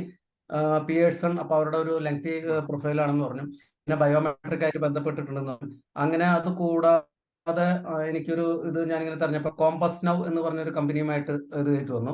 അപ്പൊ അതില് ആക്ച്വലി സാറിന്റെ ഒരു പേര് ഇങ്ങനെ വന്നു. അതായത് ലീഡ്സ് കോളേജും ഇതേപോലെ തന്നെ തോമൻ സാറൊക്കെ ഇതുമായിട്ടൊക്കെ ഒരുപക്ഷെ സഹകരിച്ചേക്കാം, അവരത് ഇംപ്ലിമെന്റ് ചെയ്തേക്കാം എന്നൊക്കെ ഇങ്ങനെ അതിന്റെ ഒരു എക്സിക്യൂട്ടീവ് എന്നോട് സംസാരിക്കണ്ടായി. അപ്പൊ സത്യത്തില് അത് NLP ബേസ്ഡ് ആണ്. അതുപോലെ തന്നെ ജപ്പാൻ കമ്പനിയാണ്. ഇതൊക്കെ ചെയ്തിട്ട് ഇന്നോവേറ്റ് ചെയ്താണ്. വളരെ ഭംഗിയായിട്ട് ചെയ്യാൻ പറ്റും എന്ന് പറഞ്ഞു. പിന്നെ ടാറ്റ ഗ്രൂപ്പ് ഇതുപോലൊരു കരിയർ പ്രോഗ്രാം, അതായത് സ്കിൽ ഡെവലപ്മെന്റ് കൊണ്ടുവരാൻ പറ്റുമെന്ന് പറഞ്ഞു. അപ്പൊ സത്യത്തിൽ ഈ ഒരു പ്രതിസന്ധിയിൽ എന്റെ മോനും ചെറിയൊരു ഓട്ടിസ്റ്റിക് ബിഹേവിയർ ഉള്ള കുട്ടിയാണ്. അപ്പൊ നമുക്കതിനെ പൂർണ്ണമായിട്ടും നമുക്ക് അവനെ ഈ പറയുന്ന റെഗുലർ കോഴ്സിലേക്ക് പോകാൻ പറ്റില്ല, അത് നമുക്കറിയാലോ. അപ്പം എങ്ങനെയാണ് സാർ നമുക്ക് ഈ പറയുന്ന കമ്പനീസ്, പിയേഴ്സൺ, കോമ്പസ് നൗ, ഈ ബയോമെട്രിക്, ടാറ്റ ഗ്രൂപ്പ്, ഇവരുടെ ഈ കരിയർ ആപ്റ്റിറ്റ്യൂഡ് സെലക്ട് ചെയ്യാൻ പറ്റുകയാണെങ്കിൽ ഞാൻ വിശ്വസിക്കുന്ന ഒരു 90% കുട്ടികളെങ്കിലും കേരളത്തിൽ രക്ഷപ്പെട്ടു പോകുന്നത്. കാരണം മാത്സിന് 60% മാർക്ക് ഉണ്ട് നേരിട്ട് എഞ്ചിനീയറിംഗിന് പോകുന്ന ഒരു സമ്പ്രദായത്തിലാണ് നമ്മളൊക്കെ ജീവിക്കുന്നത്. അപ്പൊ ഈ കരിയർ ആപ്റ്റിറ്റ്യൂഡ് ടെസ്റ്റുമായിട്ട് ബന്ധപ്പെട്ടിട്ട് ഈ പറയുന്ന കമ്പനികളുമായിട്ട് സാറിന് എന്താണ് സാറിന് ഒപ്പീനിയൻ? രണ്ട് രീതിയിലാണ്. ഓക്കെ, ഇനിയുണ്ട് ഗോൾ ഫൈൻഡർ എന്ന് പറഞ്ഞുകൊണ്ട് ഈവൻ നമ്മുടെ മനോരമയൊക്കെ ഡാറ്റിന്റെ ടെസ്റ്റ് ഉണ്ട്, സിജി ടെസ്റ്റ് ചെയ്യുന്നുണ്ട്, കാലിക്കറ്റുള്ള ഒരുപാടെണ്ണം ഉണ്ട്. ഓക്കെ, ഇതില് നമ്മുടെ തോന്നലല്ല എന്നുള്ളതാണ് എൻ്റെ വലിയൊരു കാര്യം. മറ്റേത് എന്താ, ഇതാണ് ഞാനെന്ന് എനിക്ക് തോന്നുന്നു, അതെന്റെ തോന്നല് മാത്രമാണ്. It not be right. ഇപ്പൊ എനിക്ക് പനിയാന്ന് തോന്നുന്നു, പനിയാണോ ഇല്ലെന്ന് അറിയാം, തൊട്ടു നോക്കണം. തൊട്ടു നോക്കുന്ന ആൾക്ക് ചിലപ്പോൾ ചൂടുണ്ടെങ്കിൽ അയക്ക് എന്നെ തൊട്ടാ ചൂടാവണമെന്നില്ല. എനിക്ക് ഇപ്പം ഇത് അറിയണമെങ്കിൽ വളരെ എളുപ്പം ഒരു തെർമോമീറ്റർ വെച്ചിട്ടുണ്ടോ ഇല്ലയോ നോക്കണം. അല്ലാത്തത് മുഴുവൻ തോന്നല് മാത്രമാണ്, തോന്നല് ശരിയാവണമെന്നില്ല. അപ്പം ആപ്റ്റിറ്റ്യൂഡ് എന്ന് പറയുന്ന സാധനം, സൈക്കോമെട്രി ടെസ്റ്റ് എന്ന് പറയുന്നത് ഈ തോന്നലുകൾ ശരിയാണോ അല്ലയോ എന്ന് നോക്കാൻ പറ്റുന്ന ഒരു കാര്യമാണ്. പക്ഷേ ഇവിടെ എന്താ പ്രശ്നം എന്ന് വെച്ചാൽ, സൈൻ സാർ തന്നെ പറഞ്ഞു, ഓട്ടിസ്റ്റിക് ആണ് പുള്ളിക്ക്. ആ ചോദ്യങ്ങൾ കറക്റ്റായിട്ട് മനസ്സിലായിട്ട് ആ ചോദ്യങ്ങൾ കറക്റ്റായിട്ട് ഉത്തരം പറഞ്ഞാൽ മാത്രമേ അതിന് ശരിയായിട്ട് പറയാൻ പറ്റുള്ളൂ. ആ ഇൻപുട്ട് റോങ് ആണെങ്കിൽ ഔട്ട്പുട്ട് തീർച്ചയായിട്ടും റോങ് ആയിരിക്കും. ഇത് പലപ്പോഴും സംഭവിക്കുന്ന കാര്യമാണ്. ചോദ്യം ചോദിച്ചു ഇത് എന്താ, പോട്ടെ ഏതെങ്കിലും ആവട്ടെ എന്ന് ഉത്തരം വിട്ടേക്കാം. അപ്പോൾ ABCDയിൽ ഏതെങ്കിലും ഒരെണ്ണം കുത്തും. അങ്ങനെ എടുത്തു കഴിഞ്ഞാൽ നമ്മൾ ചെയ്യുന്നത് തെറ്റാണ്, നമുക്ക് ശരിയായ ഉത്തരം കിട്ടില്ല. അല്ലാതെ നന്നായിട്ട് ചെയ്യുന്ന പ്രോപ്പർ ഇതുകൊണ്ട് ഒരുപാടെണ്ണം ഉണ്ട്. You can choose one. Even free ടെസ്റ്റുകളും ഉണ്ട്. പക്ഷെ കൗൺസിലർ എന്ന നിലയ്ക്ക് നിങ്ങൾക്ക് ചോദിക്കാവുന്ന കുറച്ച് ചോദ്യങ്ങളുണ്ട്. How good are you in maths? മാർക്കല്ല ചോദിക്കണ്ടേ, ചുമ്മാ ലൈക്ക് നിങ്ങൾക്ക് താല്പര്യമുണ്ടോ? നിങ്ങൾക്ക് ഇപ്പൊ ഒരു കടയില്, കാരണം എനിക്കൊക്കെ ഒരുപാട് ചീത്ത കിട്ടിയിട്ടുള്ളതും തല്ല് കിട്ടിയിട്ടുള്ളതും വീട്ടിൽ നിന്ന്, ഇതാ കടയിൽ പോയി ഇത്രയും വാങ്ങിച്ചിട്ട് എന്നാ പൈസ, തിരിച്ചു വന്നു കഴിയുമ്പം എത്ര രൂപയായി ഇതിന്, ഇത്ര, ഇത് ബാക്കി എത്രയുണ്ട്, അത് എണ്ണി നോക്ക് കറക്റ്റ് ആണോ ആണ്. അത് ഇപ്പോഴത്തെ പിള്ളേർ അങ്ങനെയല്ല. വാങ്ങിച്ചു എത്രയാണ്, ഇതാ ബാക്കി എത്രയാണോ വെച്ചിട്ടുണ്ട്, നിങ്ങൾ എത്ര നോക്കിക്കോളൂ. അപ്പൊ ഇത് ഓരോരുത്തരുടെ താല്പര്യവും കൂടെ ഉള്ളൊരു കാര്യമാണ്. താല്പര്യം എന്ന് പറയുന്നത് തരത്താൻ തീരുമാനിക്കുന്ന ഒരു കാര്യമാണ്. ഞാനിപ്പം കുറച്ചും കൂടെ കൺഫ്യൂസിംഗ് ആയിട്ട് ഉത്തരം പറഞ്ഞു, but you can think over it and take it. ശരിക്കാണ് ഉത്തരം ചെയ്യുന്നതെങ്കിൽ നല്ലതായിട്ട് കിട്ടാം. ദാറ്റ്സ്. Thank you. സാർ പറയുന്നത് ഇങ്ങനെ ഏതെങ്കിലും ഒരു ഗ്രൂപ്പായിട്ടൊന്നും സാർ അങ്ങനെ ഒരു കമ്മിറ്റ്മെന്റ് ഒന്നും കൊടുത്തിട്ടില്ല എന്നുള്ളതാണ് അല്ലെ? ഇല്ല ഇല്ല ഇല്ല ഇല്ല ഇല്ല. Thank you very much. Yes, Rajeshwari. നമസ്കാരം സാർ. നമസ്കാരം. വർക്കിംഗ് പ്രൊഫഷണൽസിനായിട്ട് ഈ കാലത്തെ നമ്മുടെ digital university Kerala, IIIT Kottayam ഒക്കെ ചെയ്തു വരുന്ന കോഴ്സുകളുണ്ടല്ലോ, MBA പാർട്ട് ടൈം എന്ന് പറഞ്ഞിട്ട്. ഇങ്ങനെയാണ് അതിന്റെ ഒരു ഫീസിബിലിറ്റീസ്? അതിന് ഫീസിബിലിറ്റി ഉണ്ട്. എന്താന്ന് വെച്ചാല് അത് വലിയൊരു ചോദ്യം കൂടെ ഉണ്ട് കേട്ടോ. അല്ലെ, ഫീസിബിലിറ്റി എന്ന് പറഞ്ഞിട്ടുണ്ടെങ്കിൽ നമ്മള് ഫിസിക്കൽ സെഷൻസ് അവിടെ ഉണ്ട്, ബാക്കി പല കാര്യങ്ങളും ഫിസിക്കലായിട്ടും ഉണ്ടാവും, കുറെ കാര്യം തിയറി ആയിട്ട് നമുക്ക് പഠിക്കാം. സാധാരണഗതിയിൽ MBA റെഗുലർ ആണെങ്കിൽ 2 വർഷമാണെങ്കിൽ, പാർട്ട് ടൈം ആണെങ്കിൽ 3 വർഷമായിട്ടും പഠിക്കുക. അപ്പൊ സ്പ്രെഡ് ഓവർ ആയിട്ട് അത് പഠിപ്പിക്കുന്നു എന്നുള്ളത് മാത്രമേ ഉള്ളൂ. അത് ഒരിക്കലും ഒരു ടെക്സ്റ്റ് തന്നിട്ട് ഇല്ലെങ്കിൽ ഒരു വീഡിയോ കണ്ടിട്ട് പഠിച്ചോളാനില്ല. ഓൺലൈൻ ക്ലാസ് ആയിരിക്കും. അവർ ക്ലാസ് എടുക്കും, നമ്മൾ കേൾക്കും, നമ്മൾ ചോദിക്കും, അവരും ചോദിക്കും. ക്യാമറ തുറന്നു വെച്ചിട്ട് തന്നെ ഇരുന്ന് പാർട്ടിസിപ്പേറ്റ് ചെയ്തിട്ട് ഫിസിക്കലി ഒന്നും ഇരിക്കുന്നില്ല എന്നുള്ളത് മാത്രമേ ഉള്ളൂ. അങ്ങനത്തെ ഉള്ളതാണ് നമുക്ക് വേണ്ടത്.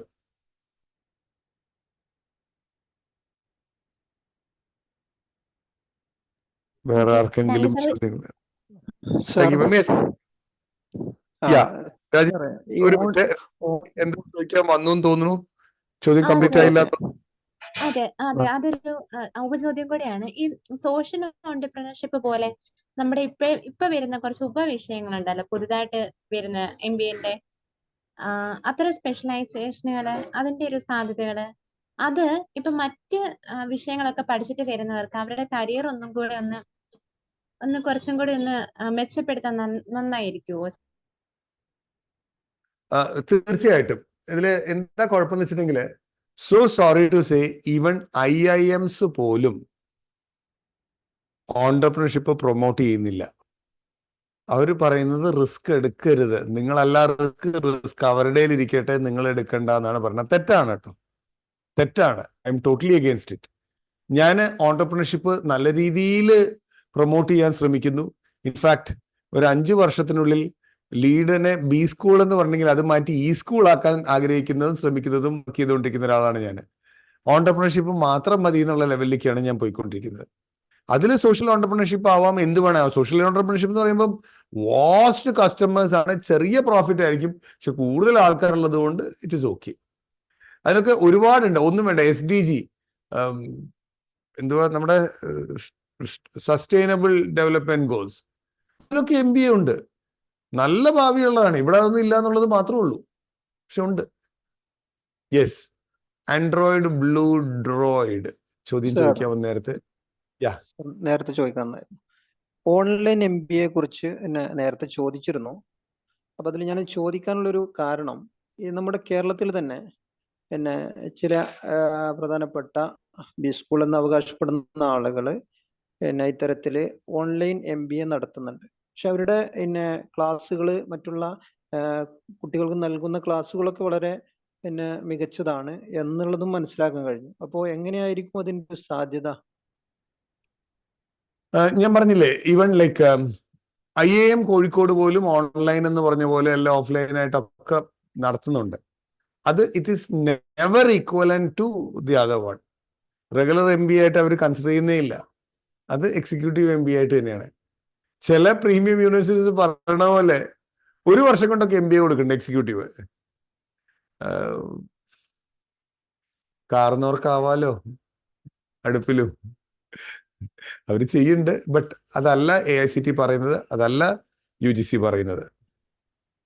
ഈ IIM കാലിക്കറ്റ് ഒക്കെ അവരുടെ ഈ ഇതേപോലെ ഓൺലൈൻ കോഴ്സ് ഒക്കെ നടത്തുന്നുണ്ട്, പക്ഷെ അവരുടെ അലുമിനി ആയിട്ട് പരിഗണിക്കുന്നത് പോലും ചെയ്യുന്നില്ല. ഇല്ല സാറേ, അത് ഞാൻ പറഞ്ഞില്ല, അവർ PGDM അവരുടെ സർട്ടിഫിക്കറ്റ് അല്ല, അത് എക്സിക്യൂട്ടീവ് PGDM എന്ന് പറഞ്ഞിട്ട് തന്നെയാണ് അത് തരുന്നത്. അതിന്റെ പേര് പോലും മാറ്റമുണ്ട്. ഈ IIM ഇവിടെ കോഴിക്കോട് ഒരു കോഴ്സിന്റെ കാര്യം, ഒരു 4 months പ്രോഗ്രാം, അവർ 1.2 lakhs ഒരു പ്രോഗ്രാം ഞാൻ എൻക്വയറി ചെയ്തിരുന്നു. അവർ they are providing their alumni status. Even അവർക്ക് കോണ്ടാക്ട് ക്ലാസ് പോലെ ഒരു മന്ത്ലി 2 ക്ലാസ് എന്തോ പറഞ്ഞിട്ട് ഇവിടെ എറണാകുളത്ത് ഉണ്ടെന്നൊക്കെ പറഞ്ഞു. ആ സമയത്ത് കൂടുതൽ ഡീറ്റെയിൽസ് എനിക്ക് അറിയില്ല, ഞാൻ കൂടുതൽ അതിലേക്ക് പോയില്ല. ബട്ട് അവർ അലുമിനി സ്റ്റാറ്റസ് കൊടുക്കുന്നുണ്ടെന്നാണ്. അതൊരു വിശ്വാസം, അതൊരു മിഥ്യ മാത്രമാണ് സാറേ. കാരണം കഴിഞ്ഞ വർഷത്തിനിടയ്ക്ക് ഇപ്പൊ സാർ 1-2 വർഷത്തിനിടയ്ക്ക് സാർ അവിടുത്തെ എത്ര പ്രോഗ്രാമിലേക്ക് സാറിന് ഇൻവിറ്റേഷൻ കിട്ടിയെന്നുള്ള സാർ അവിടെ എല്ലാ വർഷവും അലുമിനി മീറ്റ് ഒക്കെ നടക്കുന്ന പോലെ നടത്താറുണ്ട്. എത്ര പ്രോഗ്രാമിലേക്ക് സാറിന് ഇൻവിറ്റേഷൻ കിട്ടിയെന്നുള്ളത് നോക്കിയാൽ മതി. നമ്മളത് സാറിന് അല്ല, ഞാൻ കോഴ്സ് എടുത്തില്ല സർ, ഞാൻ ജസ്റ്റ് എൻക്വയറി ചെയ്ത് കണ്ടു. ഞാൻ എടുക്കുന്നത് കൂടുതലും സർവീസിലുള്ള ആൾക്കാർക്ക് പ്രൊമോഷൻ കിട്ടാനൊക്കെ വേണ്ടിയിട്ടല്ലേ. ഓൾറെഡി സർവീസിലുള്ള എംപ്ലോയിഡ് ആൾക്കാരാണ് എടുക്കുന്നത് കേട്ടാണ്, നല്ല എമൗണ്ടും വാങ്ങുന്നുണ്ട്. സാർ ഓക്കെ, അല്ല ഈ പറഞ്ഞ പോലെ ഞാൻ എത്ര 3 ലക്ഷം റുപ്യ മറ്റേ കൊടുത്തിട്ടാണ് IIM ബാംഗ്ലൂരിൽ ഒരു കോഴ്സ് ചെയ്തത്. അലുമിനി സ്റ്റാറ്റസ് ഉണ്ട്, പക്ഷെ ഒരിക്കലും എന്നെ അവിടുത്തെ ഒരു അലുമിനിയുടെ പ്രോഗ്രാമിലും വിളിക്കുകയോ അങ്ങനെയൊന്നുമില്ല. നമുക്കൊരു സ്റ്റാറ്റസ് തന്നെ മിണ്ടാണ്ടിരുത്തി, എന്നെ അവിടെ അങ്ങോട്ട് ഇരുത്തി, അത്ര തന്നെ ഉള്ളൂ. ഇനി അടുത്ത ചോദ്യം ജോസഫ് സാറ് ചോദിച്ചത് പ്രൊമോഷൻ കിട്ടാനൊക്കെ അല്ലേ. ആ പ്രൊമോഷൻ കിട്ടാനാണെങ്കിൽ പോലും അത് ഇഷ്യൂ ഉണ്ട് സാറേ. ഇപ്പൊ നല്ലൊരു ബാങ്ക്, ഇപ്പൊ ഫെഡറൽ ബാങ്കില് നമുക്ക് MBAക്ക് പ്രൊമോഷൻ കിട്ടും, പക്ഷെ അതൊരു ഡിസ്റ്റൻസ് ആയിട്ട് എടുത്തത് ODI എടുത്തു കഴിഞ്ഞിട്ടുണ്ടെങ്കിൽ പറ്റില്ല.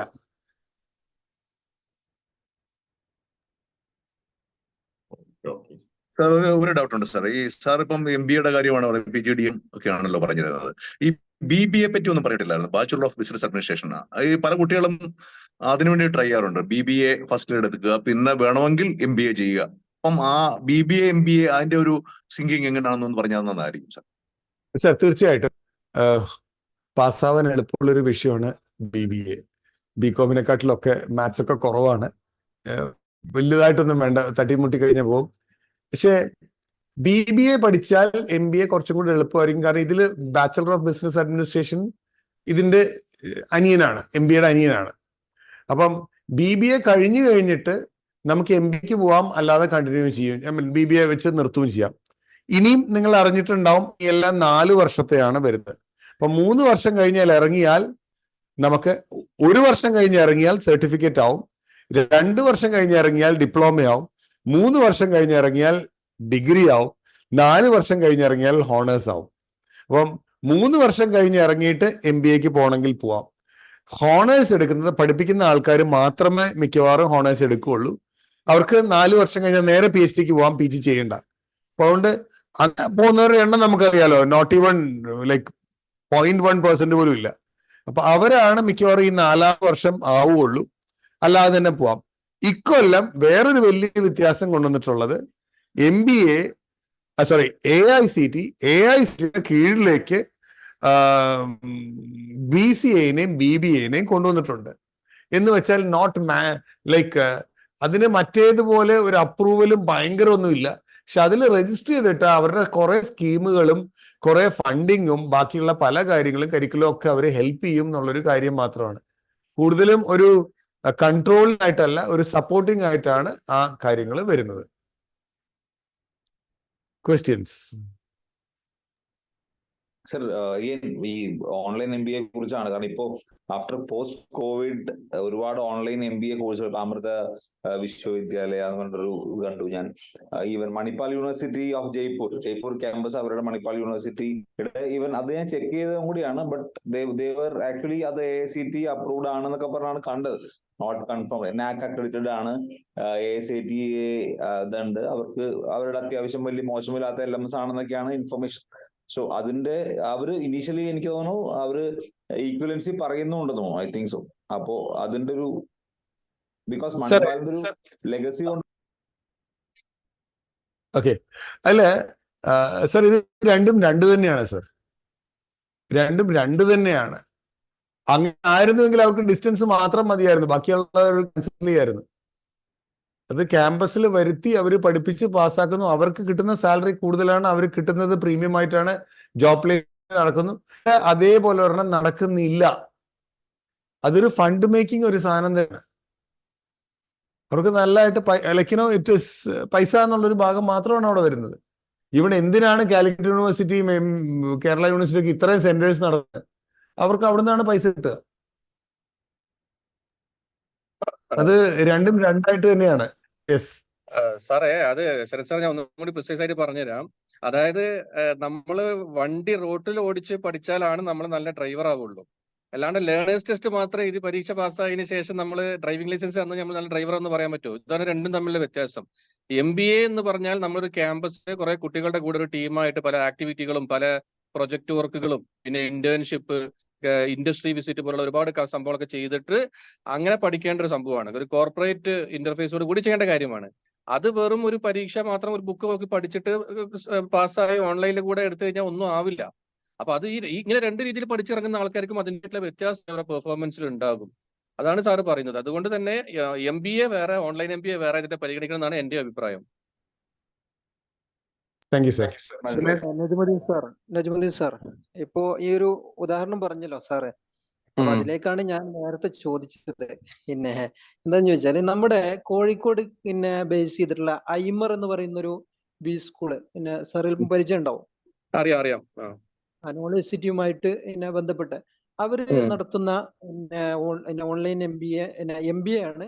അവര് അവിടെ റെക്കഗ്നേഷൻ കൊടുക്കുന്ന അവര് പിന്നെ മൈസൂർ യൂണിവേഴ്സിറ്റിയുടെ ഓൺലൈൻ MBA എന്ന് തോന്നുന്നു. അപ്പൊ അതുമായി ബന്ധപ്പെട്ടാണ് ഞാൻ ചോദിച്ചത് തന്നെ. അപ്പൊ അതില് അവർ കൊടുക്കുന്നത് പിന്നെ സാറ് പറയുന്ന രൂപത്തിലാണ് MBA കൊടുത്തുകൊണ്ടിരിക്കുന്നത് എന്ന് ഞാൻ മനസ്സിലാക്കി. എൻ്റെ ഒരു റിലേറ്റീവ് അവിടെ പഠിക്കുന്നുണ്ട്, അതുകൊണ്ടാണ്. തീർച്ചയായിട്ടും അത് AICT അപ്രൂവ്ഡ് അല്ല. AICTE കയറി കഴിഞ്ഞ് ഇതിന്റെ എല്ലാ ഡീറ്റെയിൽസും നമുക്ക് കാണാൻ പറ്റും.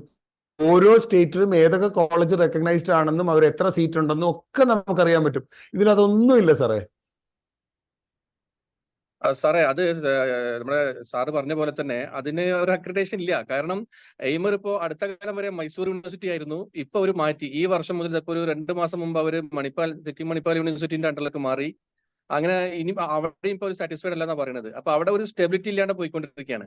അപ്പൊ അതുകൊണ്ട് തന്നെ അത് ഭയങ്കര ബുദ്ധിമുട്ടുള്ള ഒരു വിഷയമാണ്. അപ്പോ ഇത്തരം കാര്യങ്ങളുടെ ഒരു ക്രെഡിബിലിറ്റി നമുക്ക് ഭയങ്കര ചോദ്യം ചെയ്യപ്പെടേണ്ട വിഷയം തന്നെയാണ് സാർ എന്തായാലും. അത് മാത്രമല്ല, ഇപ്പൊ ഞങ്ങൾക്ക് ഡിഗ്രി കഴിഞ്ഞിട്ട് വരുന്ന കുട്ടിക്ക് സിക്കിം മണിപ്പാൽ യൂണിവേഴ്സിറ്റിയിൽ നിന്ന് വരുന്ന ഒരു കുട്ടിയെ നമുക്ക് എടുക്കാൻ പ്രൊവിഷൻ ഇല്ല sir.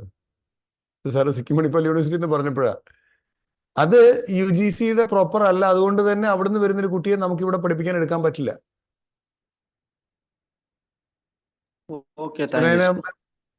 Thank you. Sunaina ma'am. Sir, ഒരു ഡൗട്ട് വേറെ ഒന്നുമില്ല. നമ്മുടെ ഏജ് ലിമിറ്റ് ഉണ്ടല്ലോ, ഇപ്പം എങ്ങനെയാണ് MBAക്ക് അഡ്മിഷന് ഏജ് ലിമിറ്റ്? അത് റെഗുലർ ആയിട്ട് ഒരു കുട്ടി പോകുന്ന സമയത്ത് ആളുടെ ഒരു ഏജ് ലിമിറ്റ് എങ്ങനെയാണ് ശരിക്കും ആ ഒരു കരിയറിലേക്ക് പോകുമ്പോൾ എഫക്ട് ചെയ്യാന്നുള്ളതൊന്ന് പറയാവോ? ഏജ് ലിമിറ്റ് ഇല്ല മാഡം. എനിക്ക് 53 വയസ്സുള്ള ഒരാള് ഇവിടുന്ന് ലൈബ്രറിയിൽ വന്ന് പഠിച്ചിട്ട് പോയിട്ടുണ്ടായിരുന്നു.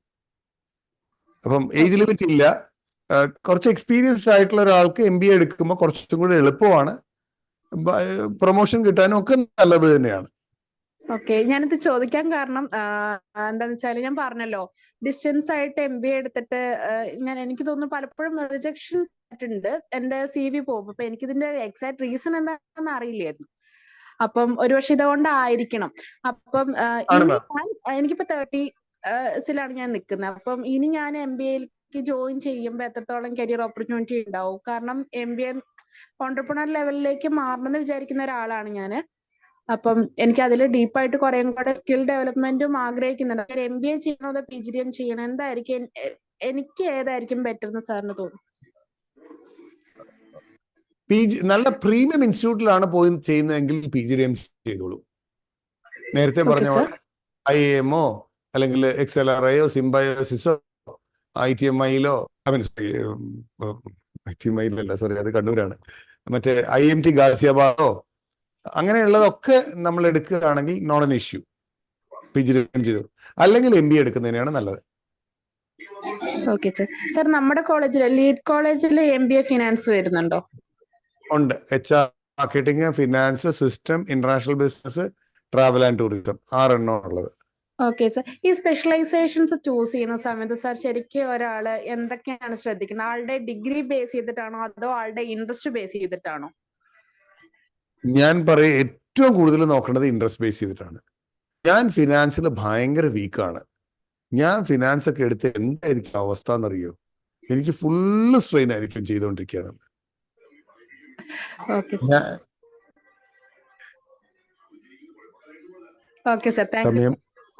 Thank you madam. സമയം ഒരുപാട് അതിക്രമിച്ചെന്ന് തോന്നുന്നു. എന്തായാലും ഒത്തിരി സന്തോഷം. ചോദ്യങ്ങൾ കേൾക്കുമ്പോൾ പ്രത്യേകിച്ച് ഓൺലൈനിൽ ആരെയും കാണാറുമില്ല, ഒന്നും കേൾക്കാറുമില്ല. ഇത് അശരീരി ഉണ്ട്. സന്തോഷമായി. വളരെ സന്തോഷം. ഇനി ആർക്കും ചോദ്യങ്ങളുണ്ടോ? രാജേഷ് സാർ, സുരേഷ് സാർ ചോദിച്ചോളൂ, പെട്ടെന്ന് ചോദിച്ചോളൂ. ഇപ്പൊ ലാസ്റ്റ് സംസാരിച്ച കാര്യം തന്നെയായിരുന്നു അതിൽ ചോദിക്കാനുള്ളത്. ബേസിക്കലി 2 കാര്യങ്ങളാണ് ഉള്ളത്. ഒന്ന്, ഈ ഓപ്ഷൻ സെലക്ട് ചെയ്തിട്ട് പലപ്പോഴും പ്ലേസ്മെന്റിലേക്ക് വരുന്ന കുട്ടികൾ ആ ഓപ്ഷനിൽ അത്ര കംഫർട്ടബിൾ അല്ല, ആ ഓപ്ഷൻ വേണ്ട എന്നൊക്കെ പറഞ്ഞിട്ട് പോകുന്ന പല സിറ്റുവേഷൻസും കാണാറുണ്ട്. സാർ ഇപ്പൊ പറഞ്ഞ പോലെ ഫിനാൻസ് ആണ് ഞാൻ MBA എടുത്തത്, പക്ഷെ എനിക്ക് ഫിനാൻസ് വേണ്ട, HR വേണ്ടത്. അതുപോലെ തന്നെ ഞാൻ മാർക്കറ്റിംഗ് ആണ് എടുത്തത്, മാർക്കറ്റിംഗ് എനിക്ക് വേണ്ട, എനിക്ക് ഒന്നുകിൽ ഫിനാൻസ് അല്ലെങ്കിൽ HR വേണ്ടെന്ന് പറയുന്ന രീതിയിലേക്ക് വരുന്നുണ്ട്. അപ്പൊ അവരെ നമുക്ക് എങ്ങനെയാണ് ഗൈഡ് ചെയ്ത് ഒന്ന് സസ്റ്റെയിൻ ചെയ്യിക്കാൻ പറ്റുക? സാറേ, ഇന്ന് പലരും തോന്നലിലാണ് നിൽക്കുന്നത്. പണ്ടൊക്കെ എന്ന് വെച്ചാല് എനിക്കും എൻ്റെ അച്ഛനെ പോലെ ഡോക്ടർ ആവണമെന്ന് ആഗ്രഹം. നിന്റെ അച്ഛൻ ഡോക്ടറാണല്ലോ, അച്ഛൻ്റെ ആഗ്രഹം ഡോക്ടർ ആവണം എന്നായിരുന്നു. അതുപോലെ എനിക്ക് ആഗ്രഹം മാത്രമേ ഉള്ളൂ. അപ്പൊ അച്ഛനായിരുന്നു പറഞ്ഞത് എനിക്കോ പറ്റില്ല, നീയെങ്കിലും ഒന്ന് MBA കാരനാവില്ലെങ്കിൽ ഇതെടുക്കുക എന്നൊക്കെ പറഞ്ഞു. എനിക്കറിയാം, ലൈക്ക് ഗൾഫിൽ നിന്നുള്ള ഒരുപാട് പേരൻസും റിലേറ്റീവ്സും പറഞ്ഞത് നീ ഫിനാൻസ് എടുത്തിട്ട് ഇങ്ങോട്ട് വരൂ എന്നാണ്. ഫിനാൻസ് എടുത്തിട്ട് അവിടെ പോയി കഴിഞ്ഞാൽ ചെയ്യുന്ന ജോലി അക്കൗണ്ടന്റിന്റെ ജോലിയാണ് അവിടെ ഏറ്റവും കൂടുതൽ ചെയ്യുന്നത്. എനിക്ക് 100ഓളം കുട്ടികൾ അവർ എംകോമിനോ അങ്ങനെ എന്തെങ്കിലും പോകുന്നതായിരിക്കും നല്ലത്. കാരണം അവരെ അഡ്വൈസ് ചെയ്യുന്ന, ഇപ്പൊ നമ്മൾ കരിയർ കൗൺസിലേഴ്സ് ആവാൻ പോകുന്ന നമ്മളെ പോലത്തെ ആൾക്കാർ അഡ്വൈസ് ചെയ്യുമ്പോൾ ഏറ്റവും റെലവെന്റ് ആയിട്ട് ഇപ്പം എനിക്ക് തോന്നുന്നു നമ്മളൊക്കെ ഇപ്പോൾ 10-12 വർഷമായിട്ട് പ്ലേസ്മെന്റ് ചെയ്യുന്നു, VB-യുടെ കണക്ഷനും അങ്ങനെയൊക്കെ ആയിട്ട് സാറിനെയും ഷോപ്പിനെയും എല്ലാവരെയും അറിയാം. പലപ്പോഴും നമുക്ക് വരുന്ന നല്ല കോളേജിൽ നിന്ന് വരുന്ന കുട്ടികൾ പോലും ഈ രീതിയിലാണ് സംസാരിക്കുന്നത്. കാരണം ഞാൻ എന്റെ ഫ്രണ്ട് MBA ഇത് എടുത്തു, അപ്പോ എനിക്ക് അത് പറ്റുന്നില്ല, അപ്പോൾ എനിക്കൊന്ന് മാറ്റി തരണം, ഞാൻ അതിൽ അത്ര സാറ്റിസ്ഫൈഡ് അല്ല. മേ ബി ഇനി ജോലി ചെയ്തവരെന്നെ വന്നിട്ട് പറയുന്നത് ഞാൻ 1 ഇയർ അതിൽ ചെയ്തു, എനിക്ക് പെർഫോം ചെയ്യാൻ പറ്റുന്നില്ല, ഞാൻ MBA മാർക്കറ്റിംഗ് ആണ്, നല്ല കമ്പനിയിൽ വർക്ക് ചെയ്യുന്നുണ്ട്, പക്ഷേ പ്രസന്റ്ലി പറ്റുന്നില്ല, തീരെ ഞാൻ പ്രൊഡക്റ്റീവ് ആവുന്നില്ല. സോ അങ്ങനെയൊക്കെ പറഞ്ഞിട്ട് വരുമ്പോൾ നമുക്ക് ഏത് രീതി സാറേ ഓക്കെ അല്ല ഞാനിപ്പം അടുത്ത വർഷം നമ്മൾ ഓട്ടോണമസ് ആയതുകൊണ്ട് തന്നെ ഞങ്ങള് കുറച്ച് കുനിഷ്ഠ അതിൽ കൊണ്ടിരുന്നുണ്ട്. ഓരോ സെമിസ്റ്ററിലും 3 മാസം വെച്ച് ഞങ്ങൾ ഇന്റേൺഷിപ്പ് വിടുന്നുണ്ട്. അത് എന്തിനാന്ന് വെച്ചിട്ടുണ്ടെങ്കിൽ കുറെ എണ്ണം എനിക്ക് റീറ്റെയിൽ സെക്ടർ മതി എന്ന് പറയും. അവിടെ പോയി ഇന്റേൺഷിപ്പ് കഴിഞ്ഞ് തിരിച്ചു പോയി അയ്യോ എനിക്ക് റീറ്റെയിലേ വേണ്ടാന്ന്. എന്നാ ശരി അടുത്തത് പിടിച്ചോളൂ. രണ്ടാമത് ചെയ്ത് നോക്കി, അതും പറ്റില്ല, എന്നാ പിന്നെ മൂന്നാമത് പിടിച്ചോളൂ. അപ്പൊ 3 പ്രാവശ്യം അവർക്ക് മാറാനുള്ള ഒരു അവസരം കൊടുക്കുക, എന്നിട്ടും പറ്റില്ലെങ്കിൽ പിന്നെ ഒന്നും ചെയ്യാൻ പറ്റില്ല. അപ്പൊ ഇതിന്റെ ഇടയിൽ അവന് ഇഷ്ടപ്പെട്ടു എന്നുണ്ടെങ്കിൽ 2 അതിന്റെ ഹയർ ലെവലിൽ പോയിക്കോളൂ, 3 അതിന്റെ ഹയർ ലെവലിലേക്ക് പോയിക്കോളൂ. ഇല്ലെങ്കിൽ 2ാം സെമിസ്റ്ററിൽ 1ാമത്തെ മാറ്റി അടുത്ത ലെവലിലേക്ക് പോകും. കാരണം proof of pudding is in eating. നമ്മൾ എന്തൊക്കെ പറഞ്ഞാലും കാണാൻ ഭംഗി മണം ഒക്കെ ഉണ്ടെങ്കിൽ ഒന്ന് നോക്കിയാലേ അത് പറ്റുള്ളൂ. അപ്പൊ അതിനൊരു ഓപ്ഷൻ എന്ന് പറയുന്നത് ശരിക്കും ഇന്റേൺഷിപ്പ് ആണ്. അത് ഇറങ്ങി മറ്റേത് ഒന്നല്ല മാത്രമാണ്. നേരത്തെ സംസാരിച്ചിട്ടുണ്ടായിരുന്നില്ല NLP ബേസ്ഡ് നമ്മുടെ ആ ഒരു കരിയർ ആപ്റ്റിറ്റ്യൂഡ് ടെസ്റ്റ് അങ്ങനെയുള്ള കാര്യങ്ങൾ ചെയ്തിട്ടൊന്നും ഒരിക്കലും പ്രൈം. കാരണം ഞാൻ അത് ചോദിക്കാൻ കാര്യം വെച്ചാൽ 2 ഇയേഴ്സ് ഈ കുട്ടികൾ, കാരണം മറ്റു പല കോളേജിലും അവർ സാറ് പറഞ്ഞ പോലെ മാർക്കറ്റ് ചെയ്തിട്ടാണ് ആ കുട്ടികളെ കണ്ടെത്തുന്നത്. അവർക്ക് ഇഷ്ടമുള്ള സബ്ജക്റ്റിൽ ചെയ്യാൻ അഡ്മിഷൻ കൊടുക്കുകയും ചെയ്യും. ഇത് കഴിഞ്ഞിട്ട് വരുന്നത്. അപ്പൊ അങ്ങനെയാണെങ്കിൽ ഈ പറയുന്ന സൈക്കോമെട്രിക് ടെസ്റ്റുകൾ, കരിയർ ആപ്റ്റിറ്റ്യൂഡ് ടെസ്റ്റുകളിൽ കൂടെ എങ്കിലും ഇവർക്ക് ഏതെങ്കിലും രീതിയിൽ ഹെൽപ്പ് ചെയ്യാൻ പറ്റുമോ ഇനീഷ്യലി തന്നെ? സർ ഞാൻ പറഞ്ഞേ ചെറുതായിട്ടൊക്കെ പറ്റും, പ്രൊവൈഡഡ് ചോദിക്കുന്ന ചോദ്യങ്ങൾ കറക്റ്റ് ആയിട്ട് ഉത്തരം പറയുകയാണെങ്കിൽ കുറെയൊക്കെ പറ്റും. കാരണം എനിക്ക് അറിയാവുന്ന ഒരു കേസ് ഉണ്ട്. ഒരാൾക്ക് കംപ്ലീറ്റ് ചെയ്തിട്ട് പറഞ്ഞ ലോജിസ്റ്റിക്സിലാണ് വന്നിട്ടുള്ളതെന്ന് പറഞ്ഞു. അയാൾ ശരിക്കും ലോജിസ്റ്റിക്സിൽ തന്നെയാണ് ഇരിക്കുന്നത്, ഹി എൻജോയ്സ് ഇറ്റ്. പക്ഷെ അതിന്റെ വണ്ടർ എന്തായിട്ടുണ്ടെങ്കിൽ ലോജിസ്റ്റിക്സിന് ഒരു ചോദ്യം പോലും അതിലുണ്ടായിരുന്നില്ല. പക്ഷെ ലോജിസ്റ്റിക്സ് ആയിട്ടുള്ള റിലേറ്റഡ് ആയിട്ടുള്ള പല പല ചോദ്യങ്ങൾ പലപ്പോഴായിട്ട് വരും. അപ്പം നമ്മള് ഈ ആൻസർ ചെയ്യുമ്പോൾ ഇതിന് പലപ്പോഴും നമ്മള് ഒരു ചെറിയ പ്രശ്നം, നമ്മൾ ആൻസർ ചെയ്യുമ്പം നമുക്ക് എന്താണോ ആഗ്രഹം അതാണ് നമ്മൾ എഴുതുക. എനിക്ക് മാർക്കറ്റിംഗിലേക്ക് പോകണം എന്നാണ് എന്റെ വിചാരമെങ്കിൽ മാർക്കറ്റിംഗ് റിലേറ്റഡ് ആയിട്ടുള്ള ക്വസ്റ്റ്യൻസിന് മുഴുവൻ ഞാൻ കൂടുതൽ സ്കോർ ചെയ്യും. അത് I M biased, very simple. Anyway ഞാൻ അതിലേക്ക് കൂടുതൽ കോംപ്ലിക്കേറ്റ് ചെയ്യുന്നില്ല. ശരിക്കും ഇല്ല അല്ല അതെ സാറേ, ഞാൻ പറഞ്ഞിട്ടെ, ഇപ്പൊ നമ്മുടെ പല കോളേജുകളിലും കുട്ടികളുടെ അഭിരുചി കണക്കാക്കാതെ സീറ്റ് തികയ്ക്കാൻ വേണ്ടി ഇതേപോലെ മാർക്കറ്റ് ചെയ്യുന്ന പ്രശ്നങ്ങളുണ്ട്. അതേപോലെ മാർക്കറ്റിംഗിലേക്ക് അഭിരുചിയുള്ള ഒരു കുട്ടീനെ പിടിച്ചിട്ട് ഫിനാൻസിൽ ആള് കുറവായതുകൊണ്ട് അവിടെ പിടിച്ചിട്ട് സീറ്റ് തികയ്ക്കുന്ന കോറം തികയ്ക്കുന്ന സംഭവങ്ങളൊക്കെ ഉണ്ട്.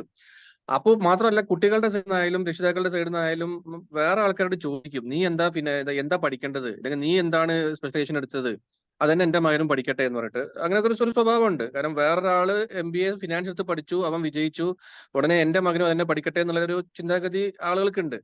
അതിന് പകരം ആ കുട്ടിയുടെ തന്നെ യഥാർത്ഥ അഭിരുചികളും മറ്റും മനസ്സിലാക്കിയിട്ടാണ് നമ്മൾ ആ കോഴ്സ് സജസ്റ്റ് ചെയ്യുന്നതെങ്കിൽ ഈ പ്രശ്നം വരില്ല. അപ്പോൾ ഇവിടെ നമ്മുടെ ലീഡിലൊക്കെ പോയി കഴിഞ്ഞാൽ വളരെ കൗൺസിലിംഗ്, വളരെ ഇന്റൻസീവ് ആയിട്ടുള്ള കൗൺസിലിംഗ് അവിടെ നടക്കുന്നത് ഒരു കുട്ടീനെ അഡ്മിഷൻ എടുക്കുന്ന സമയത്ത് തന്നെ. അപ്പൊ അതുപോലെ രീതിയിൽ കുട്ടിയെ മനസ്സിലാക്കിയിട്ട് ചെയ്ത് കഴിഞ്ഞാൽ ഒരു കുഴപ്പമുണ്ടാവില്ല. എനിവേ സമയക്കുറവ് കാരണം നമ്മളിപ്പോ ഈ നമ്മൾ ചോദ്യങ്ങൾ തൽക്കാലം അവസാനിപ്പിക്കുകയാണ്. സാറിനും തിരക്കുണ്ട്. ഇത്രയും തിരക്കിന്റെ ഇടയിൽ സാർ നമുക്ക് വേണ്ടി 1 മണിക്കൂർ മാറ്റി വെച്ചാൽ നമ്മുടെ ഒരു വലിയൊരു കാര്യം, നമുക്ക് വലിയ ഭാഗ്യം തന്നെ കരുതാം. എന്തായാലും ഞാൻ നിങ്ങളുടെയൊക്കെ സമ്മതത്തോടു കൂടി ഞാൻ ഇതിന്റെ ഫൈനൽ സെഷനിലേക്ക് കടക്കുകയാണ്. ഞാൻ ഇവിടെ എല്ലാവരോടും പറയാണ് സാറേ, നമ്മുടെ സാറിന്റെയും കൂടി അനുഭവത്തോട് ഞാൻ പറയണം എല്ലാവരോടും, സമയം കിട്ടുമ്പോൾ എല്ലാവരും ഒന്ന് ലീഡ് കോളേജിൽ ഒന്ന് പോകണം. ആ കോളേജിൽ ഒന്ന് പോയിട്ട് ഒന്ന് പറഞ്ഞാൽ മതി, ഇങ്ങനെ തൊമ്മനെ കാണുന്നതിന് പറഞ്ഞാൽ മതി, ഞങ്ങൾ കരിയർ കൗൺസിലേഴ്സ് ക്ലബ് എന്നാണ് വരുന്നതെന്ന് പറഞ്ഞാൽ അവിടെ നിങ്ങളെ 2 കൈ നീട്ടി സാറ് സ്വീകരിക്കും. ആ കോളേജൊക്കെ ഒന്ന് കാണിച്ചു തരും. ആ യൂണിവേഴ്സിറ്റിയിൽ നിങ്ങൾ ആ കോളേജിൽ നിങ്ങൾ ചെലവഴിക്കുന്ന ഒരു ദിവസം എന്ന് പറഞ്ഞത് നിങ്ങൾക്ക് ഒരു യൂണിവേഴ്സിറ്റി വർഷത്തിന് തുല്യമെന്ന് ഞാൻ വിശ്വസിക്കുന്നു. കാരണം ഒരുപാട് കാര്യങ്ങൾ കോളേജിൽ നിന്ന് പഠിക്കാനുണ്ട്, ഒരുപാട് കാര്യങ്ങൾ തൊമ്മന്ന് പഠിക്കാനുണ്ട്. പിന്നെ നല്ലൊരു മാനേജ്മെന്റ് ലെസൺ നിങ്ങൾക്ക് അവിടുന്ന് കിട്ടും. ഒരുപാട് കാര്യങ്ങൾ നിങ്ങൾക്ക് മനസ്സിലാക്കാൻ പറ്റും. കാരണം ഞാൻ ഒരിക്കൽ ക്രിസ്മസ് ആഘോഷിക്കാൻ വേണ്ടി എന്നെ ക്ഷണിച്ചിട്ടുണ്ടായിരുന്നു ഒരു വർഷം. അപ്പൊ അതേ ദിവസം അവിടെ ഒരു മാനേജ്മെന്റ് മീറ്റ് നടക്കുന്നുണ്ടായിരുന്നു. അന്ന് ഞാൻ കണ്ടു ഈ തൊമ്മൻ എന്ന് പറഞ്ഞ വ്യക്തി എങ്ങനെയാണ് എല്ലാ സ്ഥലത്തും ഓടിയെത്തുന്നു. ഞങ്ങൾ എത്തി പോകുമ്പോൾ പുള്ളി ഗേറ്റിലുണ്ടായിരുന്നു. കുറച്ച് കഴിഞ്ഞപ്പോൾ പുള്ളി ഫുഡ് സപ്ലൈ ചെയ്യുന്ന ഹാളിലുണ്ട്. കുറച്ച് കഴിഞ്ഞപ്പോൾ പുള്ളി ഈ മാനേജ്മെന്റ് മീറ്റ് നടക്കുന്ന സ്റ്റേജിൽ സമ്മാനം കൊടുത്തുകൊണ്ടിരിക്കുന്നുണ്ട്. കുറച്ച് കഴിഞ്ഞപ്പോൾ പുള്ളി അവിടെ ഹോസ്റ്റലിന്റെ പരിസരത്ത് എന്തോ കാര്യങ്ങൾ നോക്കിക്കൊണ്ടിരിക്കുന്നുണ്ട്. എങ്ങനെയാണ് ഒരു വ്യക്തി തന്നെ ഇത്രയും സ്ഥലത്തേക്ക് ഇങ്ങനെ എത്തുന്നത്, ഓടിപ്പാഞ്ഞ് എത്തിക്കുന്ന കാര്യങ്ങളൊക്കെ ചെയ്യുന്നത്? ഞാൻ ചോദിക്കുകയും ചെയ്തു. എന്റെ കൂടെ ഉണ്ടായിരുന്ന സാർ, നമ്മുടെ 2 ആഴ്ച നമ്മുടെ കൂടെ വന്നിട്ടുള്ള ഡോക്ടർ ഉമേഷ് സാറിന് ഞാൻ ചോദിക്കുകയും ചെയ്തു, ഇദ്ദേഹം വല്ല ജിന്നോ ആണോ എന്ന് ഞാൻ ചോദിക്കുകയും ചെയ്തു. കാരണം ഒരേ സമയം എല്ലായിടത്തും എത്തിപ്പെടുന്നത് കൊണ്ട്. അപ്പൊ എനിവേ, അത്രയും നല്ലൊരു മാനേജ്മെന്റ് ലെസൺ നമുക്ക് ഈ സാറിന് പഠിക്കാൻ പറ്റും. നമ്മളൊക്കെ ചെറിയ കാര്യങ്ങൾ ചെയ്യുമ്പോഴത്തേക്കും നമുക്ക് ആകെ കൂടി തല ചുറ്റി പോകുന്നു. അപ്പൊ ഒരുപാട് കാര്യങ്ങൾ ചെയ്യുന്നു. നല്ല ഒരു മാതൃകയാണ് അദ്ദേഹം. അതിനെ കൊണ്ട് ഇരുത്തിക്കൊണ്ട് പറയല്ല, എന്റെ ഒരു നല്ലൊരു സുഹൃത്തും ഒരു ഗൈഡും റോൾ മോഡലും കൂടിയാണ് അദ്ദേഹം. കാരണം ഞാൻ അദ്ദേഹത്തിന് ഫോൺ ചെയ്യുന്ന സമയത്ത് എനിക്ക് അദ്ദേഹത്തിന് പല കാര്യങ്ങളും ചോദിക്കുകയാണെങ്കിൽ ഞാൻ അദ്ദേഹത്തിന് സംശയങ്ങൾ ചോദിക്കാം. അങ്ങനെ അക്കാഡമിക് ആയിട്ടുള്ള പല കാര്യങ്ങളും ഞാൻ സംശയം ചോദിക്കാറുണ്ട്.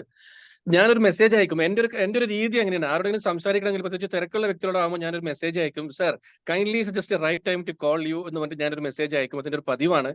പക്ഷെ അങ്ങനത്തെ ഒരു മെസ്സേജ് കണ്ടാൽ സമയം റിപ്ലൈ ആയിട്ട് മെസ്സേജ് അയക്കുന്നതിന് പകരം അപ്പോൾ എന്നെ കോൾ ചെയ്യുന്ന ഒരു വ്യക്തികളിൽ ഒരാളാണ് നമ്മുടെ ഡോക്ടർ തോമസ് ജോർജ്. വളരെ സന്തോഷം സാർ താങ്കളെ ഇന്നിവിടെ കിട്ടിയതിൽ.